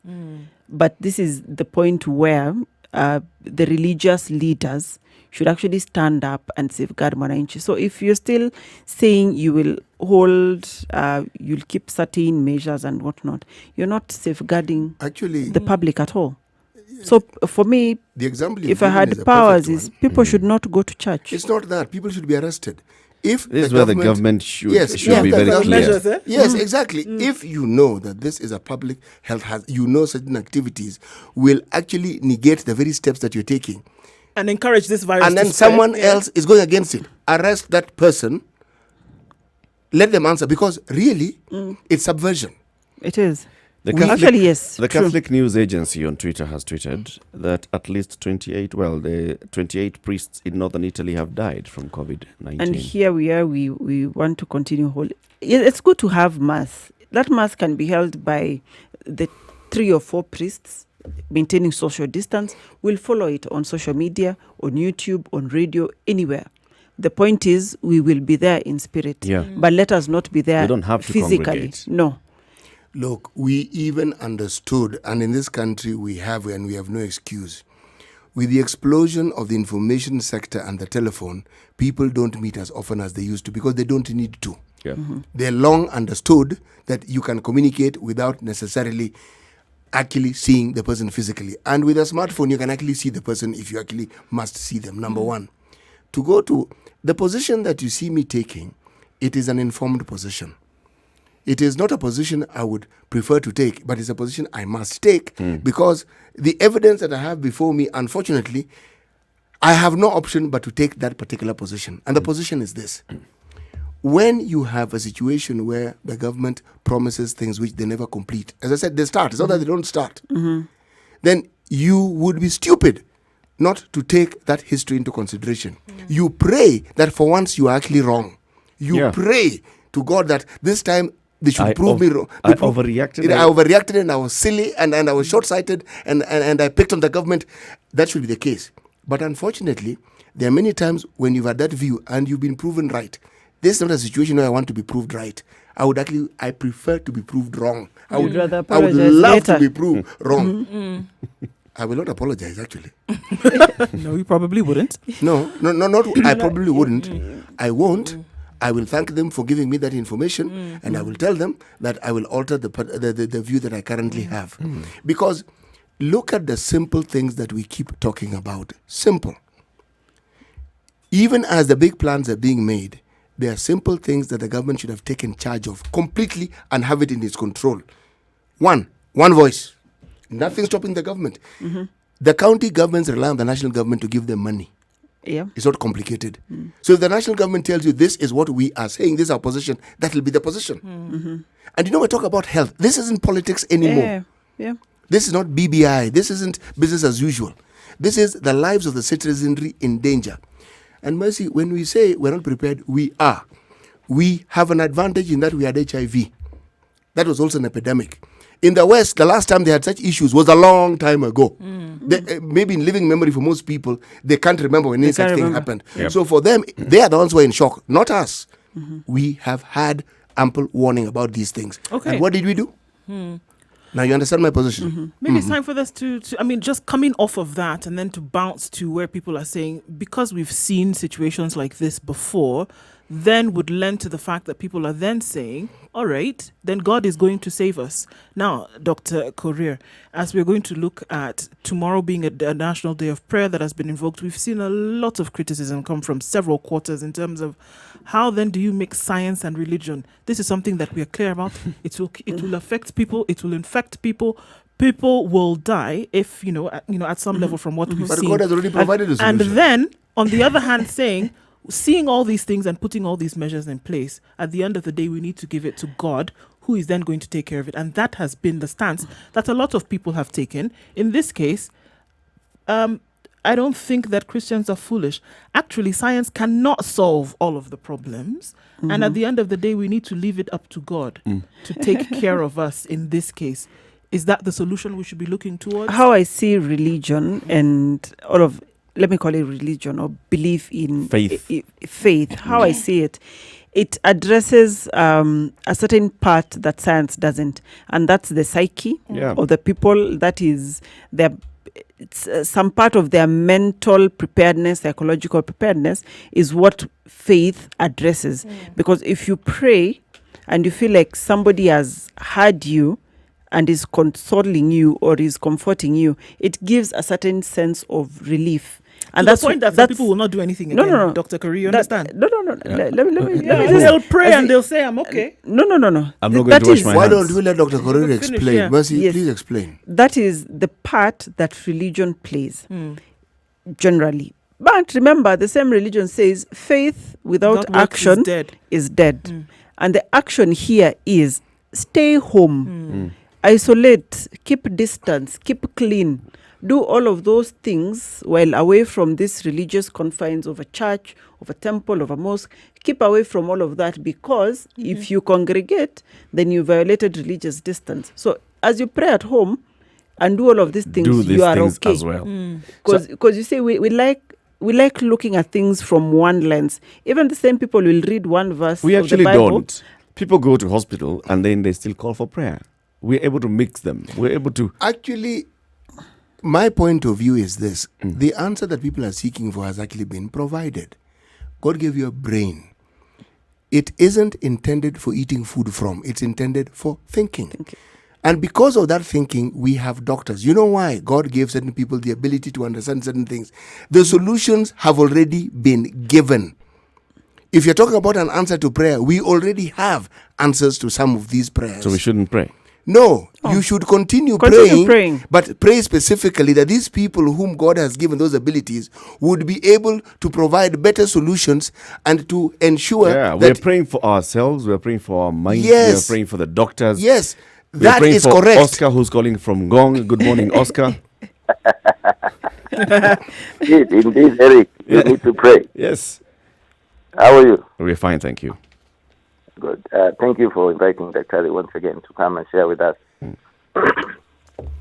I have two comments. One, on the march that the government is doing. I happened to have been at the airport, and I witnessed somebody being asked as they were leaving the country at the immigration point. They gave where their residence was. They gave a contact number. I want to believe that on the flip side, when they're entering, they do the same. This was yesterday. No, this was the day before. Uh-huh. Day before. So I want to believe maybe where we fail is sharing that info. But I think government is doing quite a lot, but it's underwater. The other thing is, as I was watching the primetime bulletin yesterday on Citizen, the anchor engaged President of China, who's a Kenyan, and from the interview, you will know that we are not doing enough. And if we are learning from China, and you compare what they are doing, then you will know that we have cracks in between here that are going to bring us big problems. Because what that interview responded when she was asked, explained to us how the process is there in regard to being quarantined, doing self-isolation. It's like they have, the what you call nyumba kumi kind of thing. That up to the level of nyumba kumi, the head of the nyumba kumi knows that on this particular day, Eric left this area or left the country, went to this place. They have your itinerary. It's shared in a particular person, and on return, you're not welcomed back into the society until all protocols are set. I think what we have left for people in this country is people to decide what is it they want to do. Because if Ndu is talking of somebody who today is day 6 or 5 of them arriving and nothing was said to them, yet we are into how many days since our first 1 week, case? actually 7 days. Today is the 7th day. 5 days are within, and every morning when you listen to the brief, they tell you, oh, we are learning from China. What is it we are learning them? What have we learned? Yes, what is it we are learning? If China, who now is a beacon where people are looking up to, are saying this is what is happening. Even to date, and when you look at I wish you could just look at that interview on Citizen, then we would know we are not doing enough. And the problem is, we may be having so many people who have gone through this process, and who have arrived and nothing has been said of them. And with the ujeuri, sometimes we have. Yesterday you saw on media, somebody was actually told to go and self-quarantine, but he hoped through 3 hotels. 3 different places. And this is an educated person, someone who can hear and understand. And just being stubborn, decides, no, I would go about my business. So I think there are so much. There's so much that we are doing. There is so much the government has left gaps through, and we may pay the price. We don't have the financial capacity that China has, yet they are still doing the baby steps that we ought to be doing. Good points, Oscar. Thank you very much for those ones.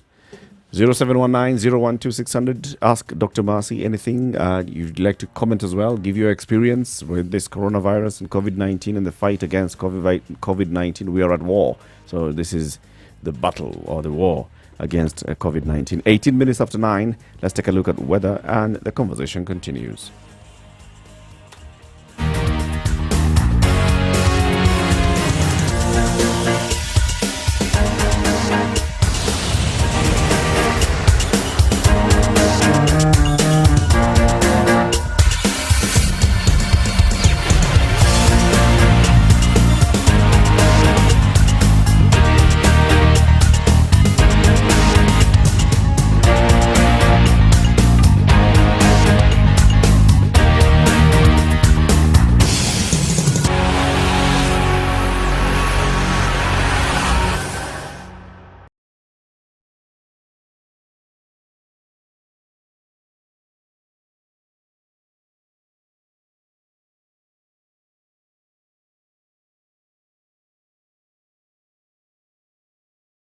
Spice up your life.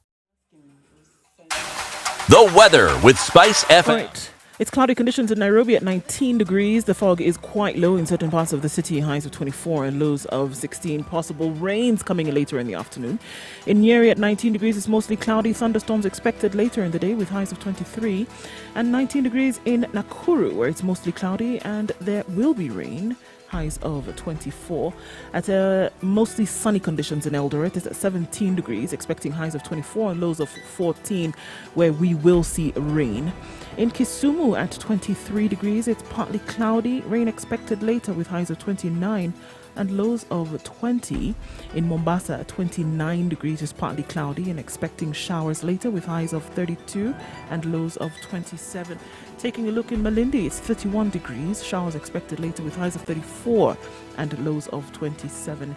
It's 22 degrees in Kampala and raining this morning, likely to carry through most of the day, highs of 27 and lows of 19.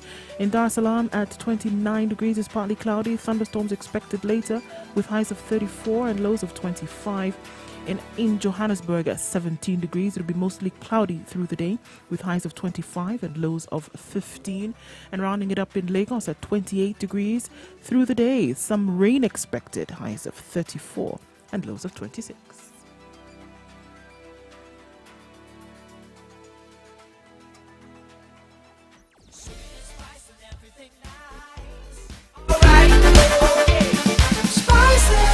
Spice up your life. Mature, intelligent talk every morning. Spice up yourself.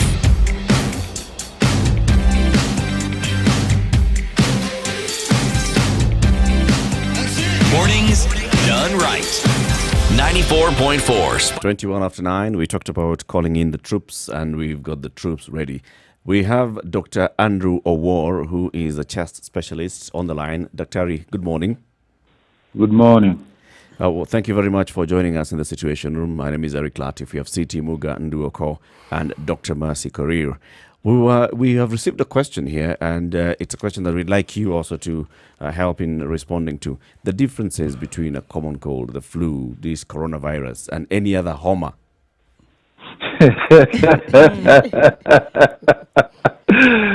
Oh, tough one. But all of them, if you have read what's been in the press, is actually zote ni homa. Yeah, and in Swahili, homa actually means fever.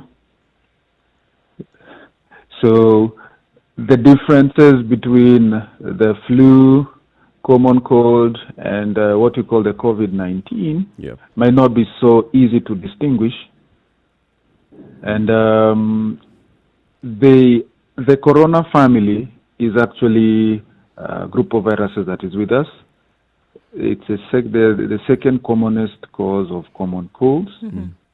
For colds, you usually have upper respiratory tract symptoms, which would be sore throat. Sometimes you may have a cough, runny nose. The fever may not be so typical for the common cold, although in children, they will actually have fevers. Yeah. For flu or influenza, it might be a bit difficult to differentiate between that and COVID, and that's why the recommendations is actually to test for both.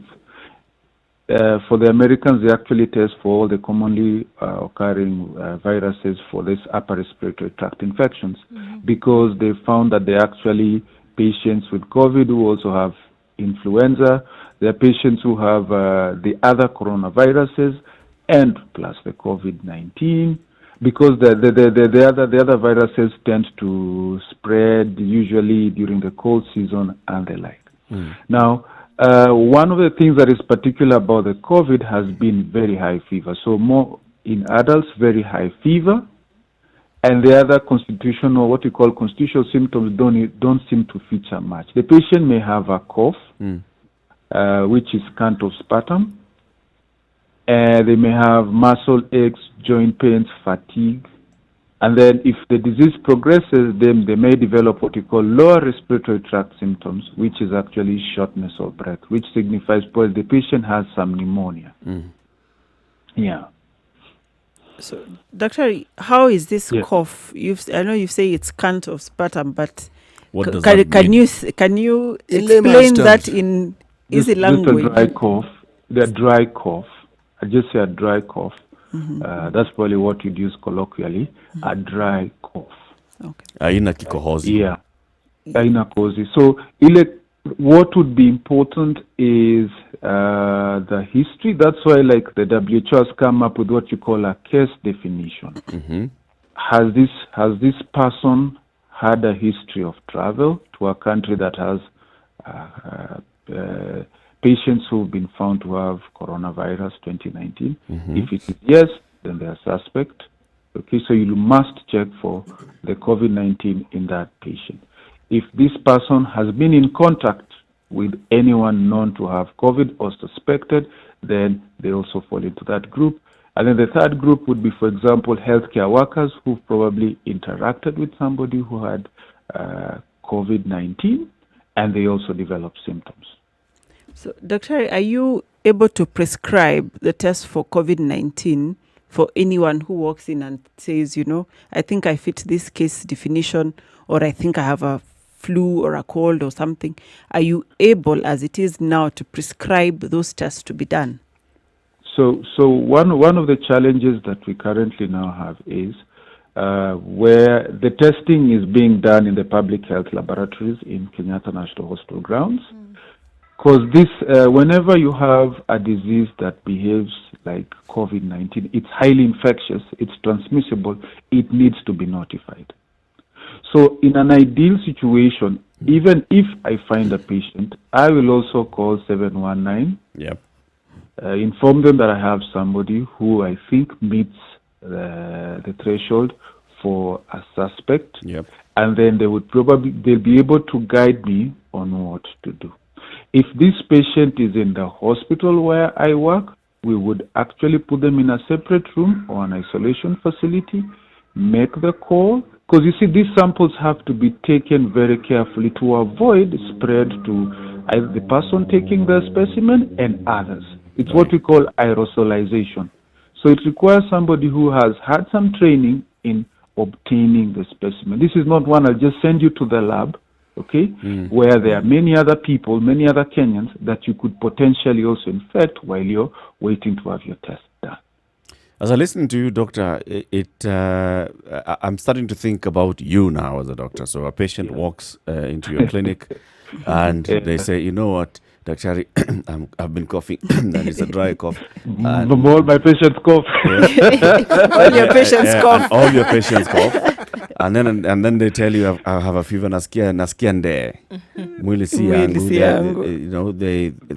That's fatigue. And all those things.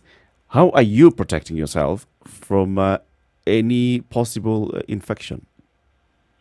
So one of the things that they've recommended is distance. So in my office, I usually have about 1.5 meters distance from my patient. That's why the doctors usually have big desks. Oh, really? No, it's not. Okay.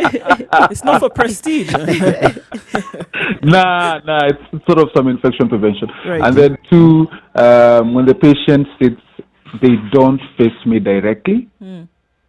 Okay. That's the where patients don't usually face me directly. Yeah. That's where the seat is usually on the side, or if it's in front, then you're usually looking across on the other wall, so that if you cough, then the direction of the products would actually go away from the doctor. So where the patient is seated is one, and then two is what we now do in all our clinics is the patients have to sanitize their hands. I also have to sanitize my hands whenever I enter the clinic, and after I finish with the patient, I also sanitize my hands again. I try to keep my fingers and hands away from my face, and then I also have a mask, a respirator. All right. Many cases, I'm sure, for you're a chest specialist, so in many cases, you'll have to come with a stethoscope and ask the person breathe in, and you've placed that thing there. So you're despite having this big desk, you're still gonna have close up. Examine. True. I'm still going to examine the patient. Yeah. So for what we've instructed our nurses and the attendants in the patient waiting base is to space the patients also. So the patient comes in, of course we also ask. I'll start by asking a few questions before I start examining the patient. Now if I ask the patient, have you traveled? And they say yes, of course I'll get a bit worried. Ask, where have you been? They tell me I'm from Guangzhou. China, okay? You shake. Or Italy. Or Italy for that matter. Time to put on my mask. Put on my mask. And if I'm going close to the patient, then I'll examine the patient with a mask if they are suspects. We do not have any reports of ongoing community transmission. That means moving from one person to another who do not meet the threshold of the ones that I put before. So they haven't traveled and anything like that. Because when you get to that situation, then again the management will change. Okay? Yeah, so right now you'll be able to identify this person traveled, they took a taxi, they were the taxi driver, they went to maybe an M-Pesa, they do some money, so you can still trace the contacts. When you get to the point where now we have ordinary Kenyan giving an ordinary Kenyan, then again the management now changes. Is it a busy season for you, Daktari, now that... Actually, it is not. It's not. Everybody's at home. Everybody's at home. Right. Everybody's at home. Are your patients calling you? Patients are actually calling me. Okay. This is good. They're actually calling me and saying, Daktari, this is what I'm going through. Can I come in for a checkup? And I can advise whether they should come or not. I actually have one client who called in and explained his symptoms. He's been having fever for some time. So I told him, okay, you need to come over, retest. Okay, he hasn't traveled. Yeah. And this is what also the ministry, I think there's a circular, that there are still other infections that will tend to give patients symptoms. So I listened to his history, sent him for a TB test. It came back positive. So he had. Daktari, what we've actually been hearing and reading is what we should do to avoid being infected. Now, is it advisable for actually someone to have a tick box? One of our callers, actually one of our listeners called in or sent a message asking this question, and that is, what else do you do? I mean, do you simply tell people to self-quarantine and call, or is there something else they can do? Do they need to buy, for instance, more soap? Do they need Kleenex? Do they need Vicks VapoRub? Do they need to buy paracetamol? Kaluma. Yes. So I think I was watching news, I think, yesterday, and I think that question also came up. Should somebody who decides to self-quarantine, what should they actually need? And I think that's why everybody ran and stocked up on toilet paper in case they start sneezing. And these viruses sometimes can also give you loose stools. You don't run out. But ideally, for me, having some paracetamol would help you. Okay, fever, and if you have pain. If you have, of course, you need to have enough soap and running water. Those, I think, are minimal. A handkerchief that you can actually wash. Or if your water supply is not very consistent, then, of course, a toilet paper that you can actually discard well. if possible, having a mask would help. If you live with, for example, your family, you do want to restrict contact with the other members of the family. You could could put on a mask, and that's what we recommended. And that people who are sick are the ones who should now actually put on a mask. And what about people with pre-existing conditions like, say, asthma? Diabetes, hypertension. Diabetes. Yes, in addition to what they normally do, is there something else they ought to do? So that's a huge number of people. Yes. They have been people walking around with masks. That doesn't protect you from coronavirus. But if you have symptoms, it prevents you from spreading it to the rest of us. So masks are for people who have symptoms, okay, to prevent transmission. Now, if we were to protect the other high-risk groups, because, we do not know the likelihood. We know if they get it, it could be severe. But they would need to have the level of masks that, for example, the healthcare worker is putting on. Now, the difference is the level of risk. Should all asthmatics start walking around with a respirator, or should the healthcare workers be the ones to be given the respirators? Because this is one of the things that is happening in some of the countries. I think is it in Italy and in China. They ran out of masks, so there's a potential of running out of supplies. Now, the supplies are required by the people who are at highest risk and the ones who need to take care of people who are sick. So even in the US, they have challenges because the respirators are more or less, I need the respirator because I will need to see a mild, moderate, and a severe patient. If there's run out because asthmatic patients are putting on the respirators, then that's a problem. And that's where the recommendation from our government has been people to stay home. If you're asthmatic, if you're diabetic, try and minimize your contact with the general public. Dr. That Andrew would be my Awar, advice. thank you very much for speaking to us this morning, Dr. Andrew Awar, a chest specialist. You're welcome. We'll be calling you, of course, during this season. Definitely. So This is just the beginning. Save this number. Kenyan winter is coming. Save this number. Thanks so much, I Dr. will. Thank you, Asante sana. Doc. All right. Any more questions that you have for Dr. Mercy Korir? You can call in 0719-012-600. Also, you can post on our social media handles, Spice FM KE. It's 24 to 10.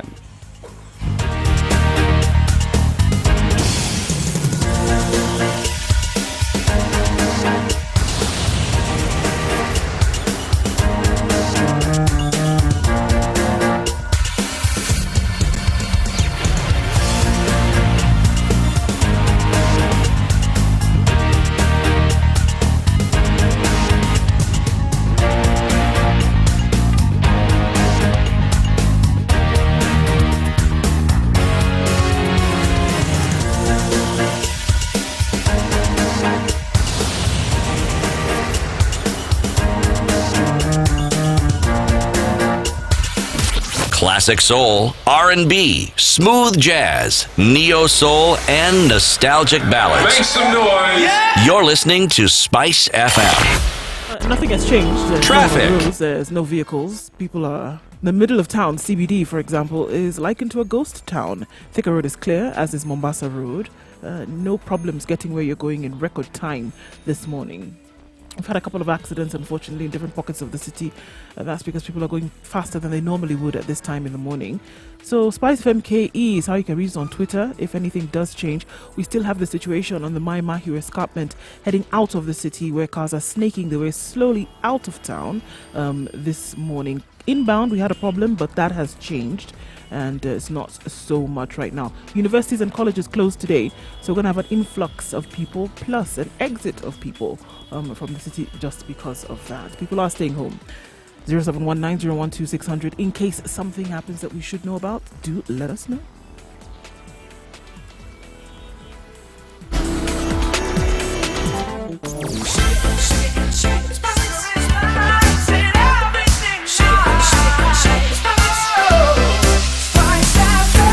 spice up your life. Mature, intelligent talk every morning. Spice up yourself.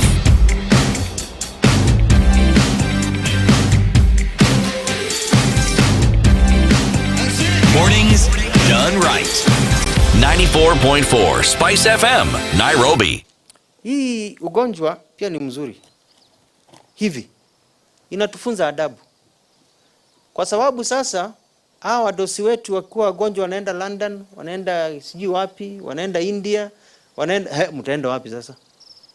Mnatibiwa hapa. So viongozi, we must take care of our health system.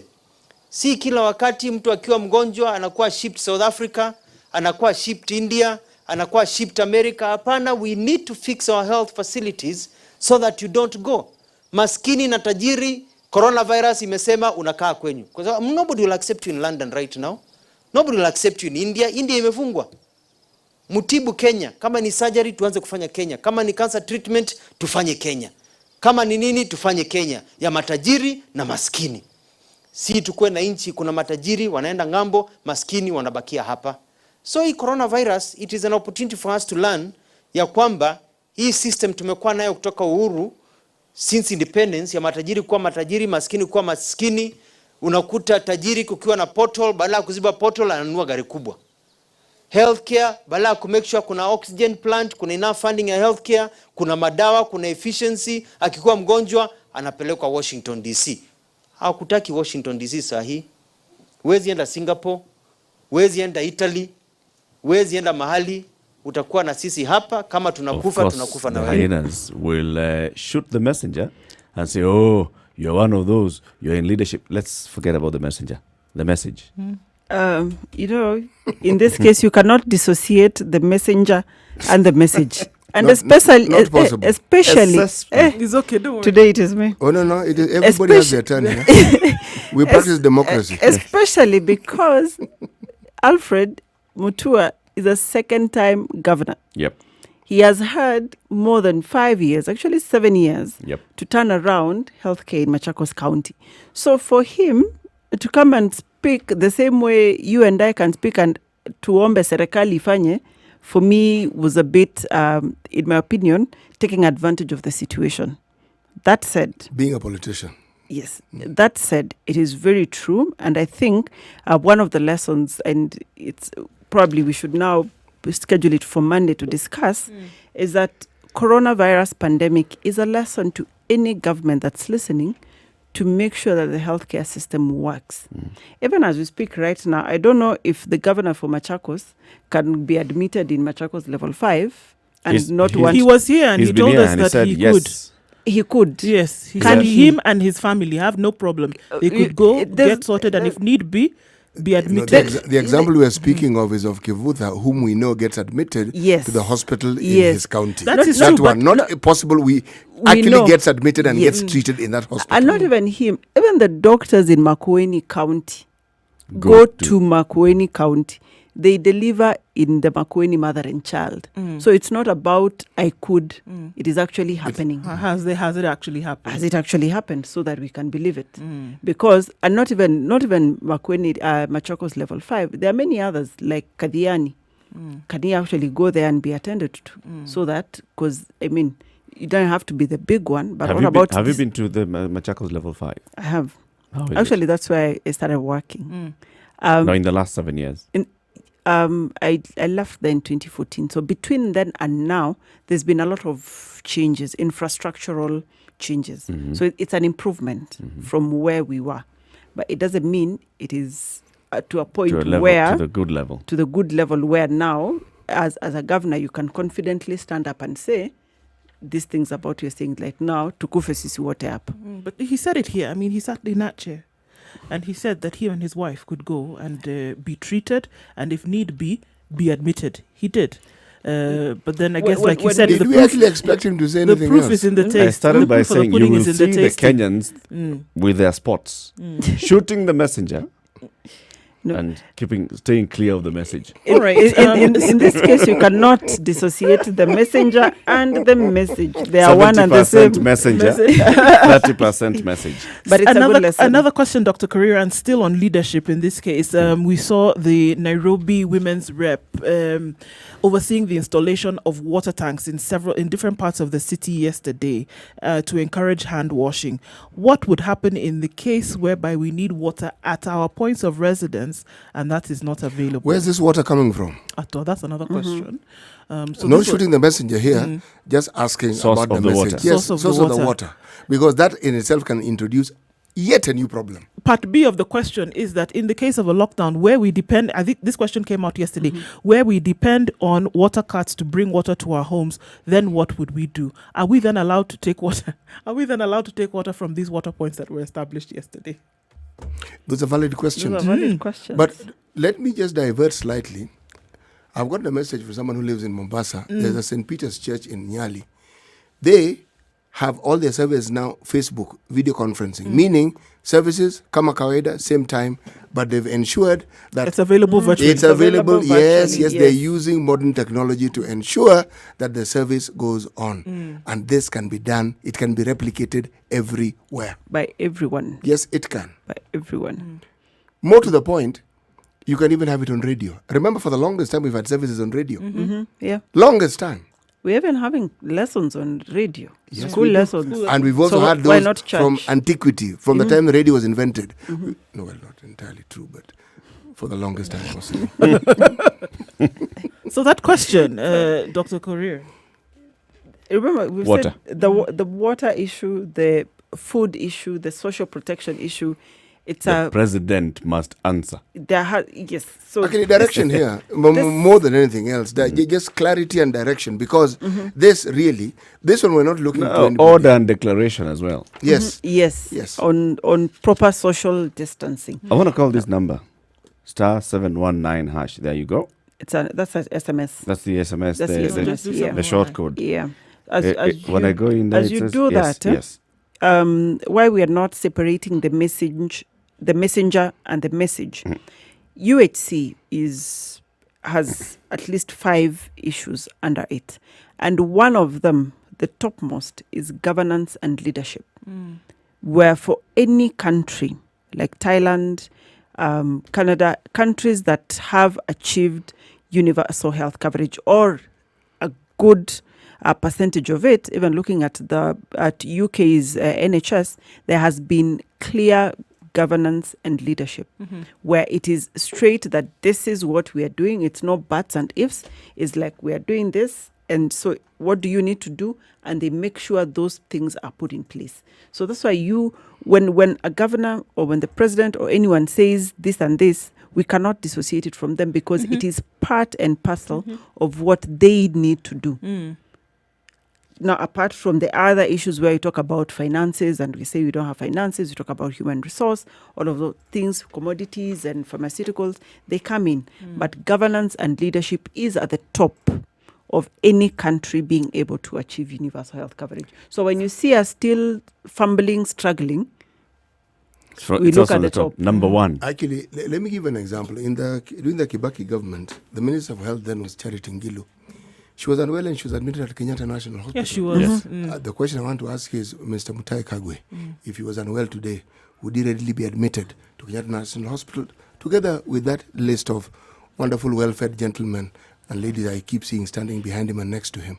Would they go to Mombasa, to Kenyatta National Hospital? Is that day? Or Mbagathi. No, Or Mbagathi. They should not be going to Kenyatta. That's a referral hospital. Can they go to their local clinic and then go to a district hospital and then end up at Kenyatta if need be? We are looking at the situation. God forbid one of them has COVID-19. Okay. Can they go to the isolation unit? There's nowhere to go. They have nowhere else to go. You don't have a choice. You will go to Kenyatta. India imefungwa. Nobody will take you. Nobody will take you in. 13 minutes to 10 o'clock. This is the Situation Room. Taking a short break.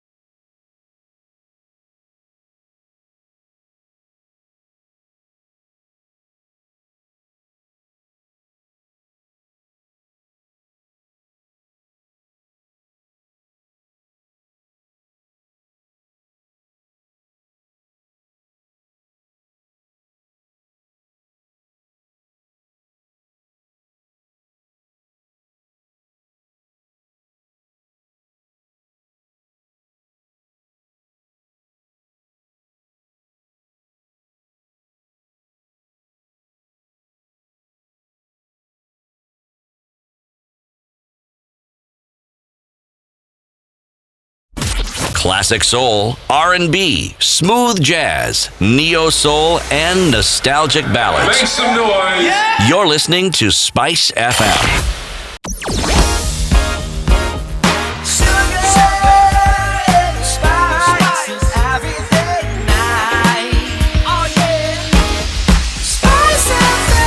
Spice up your life. Mature, intelligent talk every morning. Spice up yourself.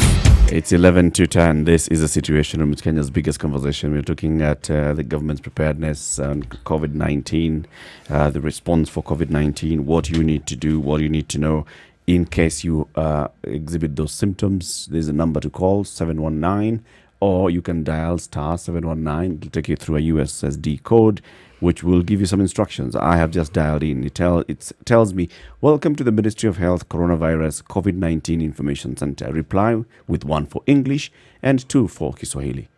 Should I? What? English? Kiswahili. Kiswahili. Come on. Let's do English. Mimi iko mgonjwa. Fursa. Fursa. I've done English. Okay. So number 1, what is COVID-19? 2, misconceptions and facts. 3, how it spreads. 4, signs and symptoms. 5, how it's prevented. 6, advice to visitors and travelers. 7, self-quarantine. And 8, help. Oh, that's good stuff. Good stuff. Give me one to choose. Signs and symptoms, spread, how it's prevented, advice to visitors and travelers, self-quarantine. Self-quarantine. Self-quarantine. Hey, Numbers. unanimous. Right? You're in a choir. Number 1, what is self-quarantine? Number 2, who should self-quarantine? Number 3, what does self-quarantine entail? Number 2. 3. Oh. Number 3. Someone has already called to ask this. What does self-quarantine entail? Oh, right. Okay. Right? 3. So 3. 1, separate room. 2, clean surfaces. 3, avoid sharing items. 4, disposing tissues. 5, wash your hands. 6, no visitors. 7, wear a mask. 8, medical attention. Medical That's what it attention. entails. Medical Yeah. attention. I think this thing is too long. You see? How Look at short them. do- how short Do you do you see think like it to this? be? So it tells You you, if want you need somebody- medical attention, call the Ministry of Health Emergency Teams on 719. 0729 471 414. That's 0729 471 414. John, can you hear that? Let's call that number 0729 471 414 and 0732 353. Just write this number down because I'm going to dial back. 35. 0732 353 535. I think that's easy to remember. All right, or the other one was 0729 471 414. So I'm going to dial back, so it takes me back to that long list of things on self-quarantine. It's disappeared. Okay. It's done with me. It's done. You've Yeah, stayed too long. you Yeah. stayed too we don't long. have time. They've even Want to sent me go a to- message. If you need medical attention, call the Ministry of Health. Okay. On that number. Okay. It's some progress. Okay, as we wait for the number, there's on Twitter here, Dr. Cyril Ogada is saying and probably suggesting the biggest threat to the spread of coronavirus in Kenya may be arrivals from abroad. Why can't we quarantine all new arrivals in our empty school dormitories, university residences or hotels? Self-quarantine is a risk we may not afford. There you go. Thank you, Dr. This thing of saying go and self-quarantine at home. Look, the reality is you are going into a home that is that already has Already other has people. occupants. Yes. But our home is comfortable. Yeah. It's because part of healing and whatever can provide process that comfort. in your normal In your environment, you actually do better Mm. than when you're in a hospital or when you're in somewhere else.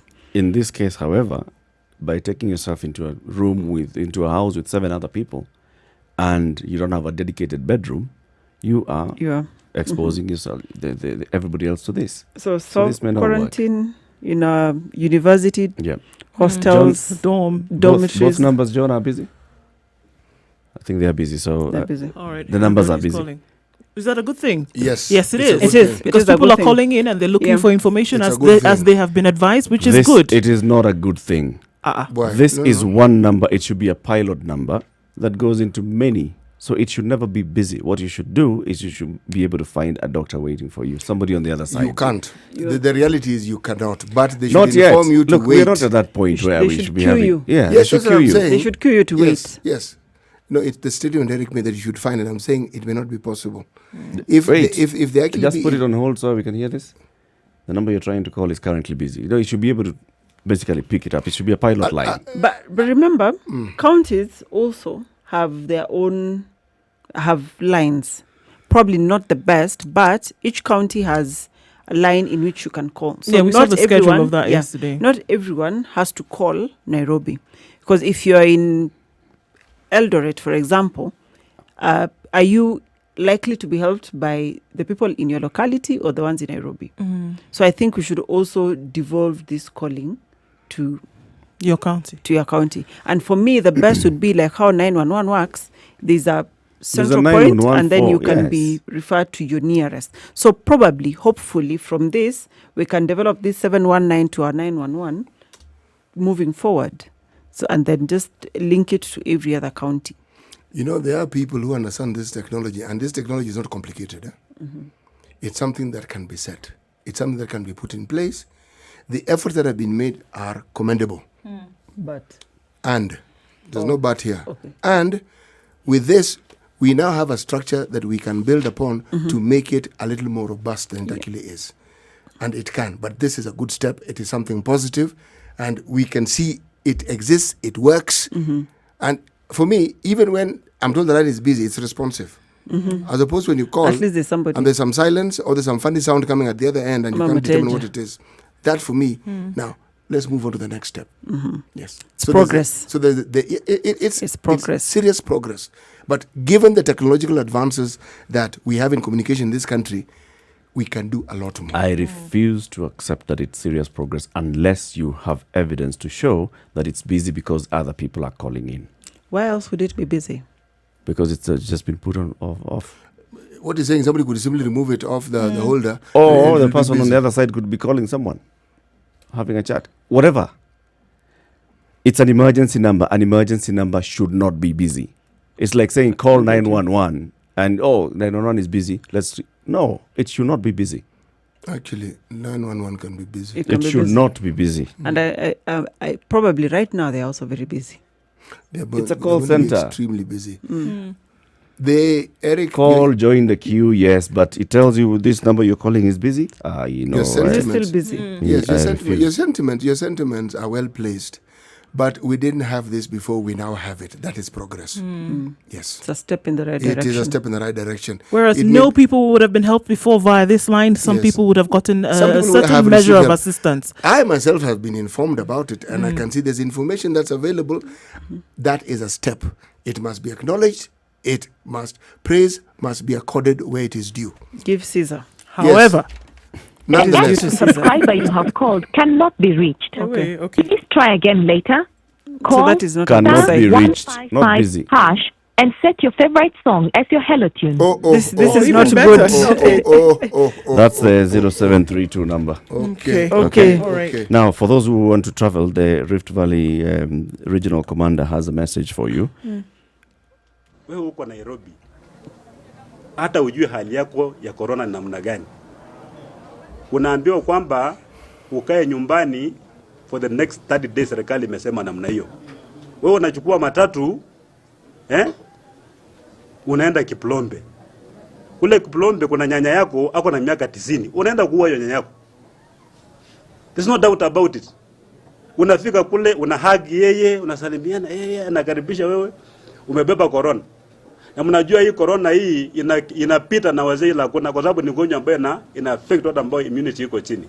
So tafadhali wacha mambo kusema kwamba labda umepewa holiday kutoka kazini kwenda kufanya mambo nyumbani. Where you are, kaa hapo. After 30 days tutakuwa tumejua hii mambo ya maambukizi kwa namna gani. Maana ukiangalia kule China walizuia watu mambo yamestabilize. Maana wali control infection. So yule ambaye unasafiri kwenda nyumbani kutoka Nakuru kwenda nyumbani, ujue kwamba unapeleka ugonjwa nyumbani. Na watu wakienda kukufa kule nyumbani wewe utabeba hiyo msalaba miaka yote. There you go. Okay. Very true. I like this George person. Natembea. Yes.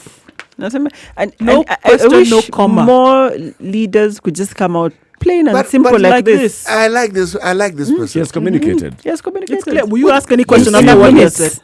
In Will a you ask minute. a question after what Now, he has said? have you heard the way he's communicated it? You can't misunderstand him. No. You don't have a question after Unabeba that. ugonjwa, meaning you are carrying it and taking it with you to go and kill those people at home. And it's clear you don't have a question after what he has said. Or does Everything this is mean sorted. no? Very direct and to the point. Yeah, but that specific area he mentioned, it should be avoided. Kipulombe. Kipulombe. Let's finish with today's proverb. CT Muga. Okay. Don't stigmatize people of Kipulombe. A hyena will not change its spots, even if you move it to a different forest. A hyena will not change its spots, even if you move it to a different forest. Yes. This is one we are really hoping that in this new forest of the COVID-19, that our leaders really change their spots. That These they should start back. That these spots we that Kenyans change our spots No. as well. Usiende Kiplombe, knowing very well what you're doing. Eric, Just I start you with the take leaders risks. Ni sawa. because they're the ones who, even enforcing this ni viongozi, then tunashuka chini to the personal responsibilities za kila I kila agree. mwananchi. I agree. That's why you started with the leader, and I came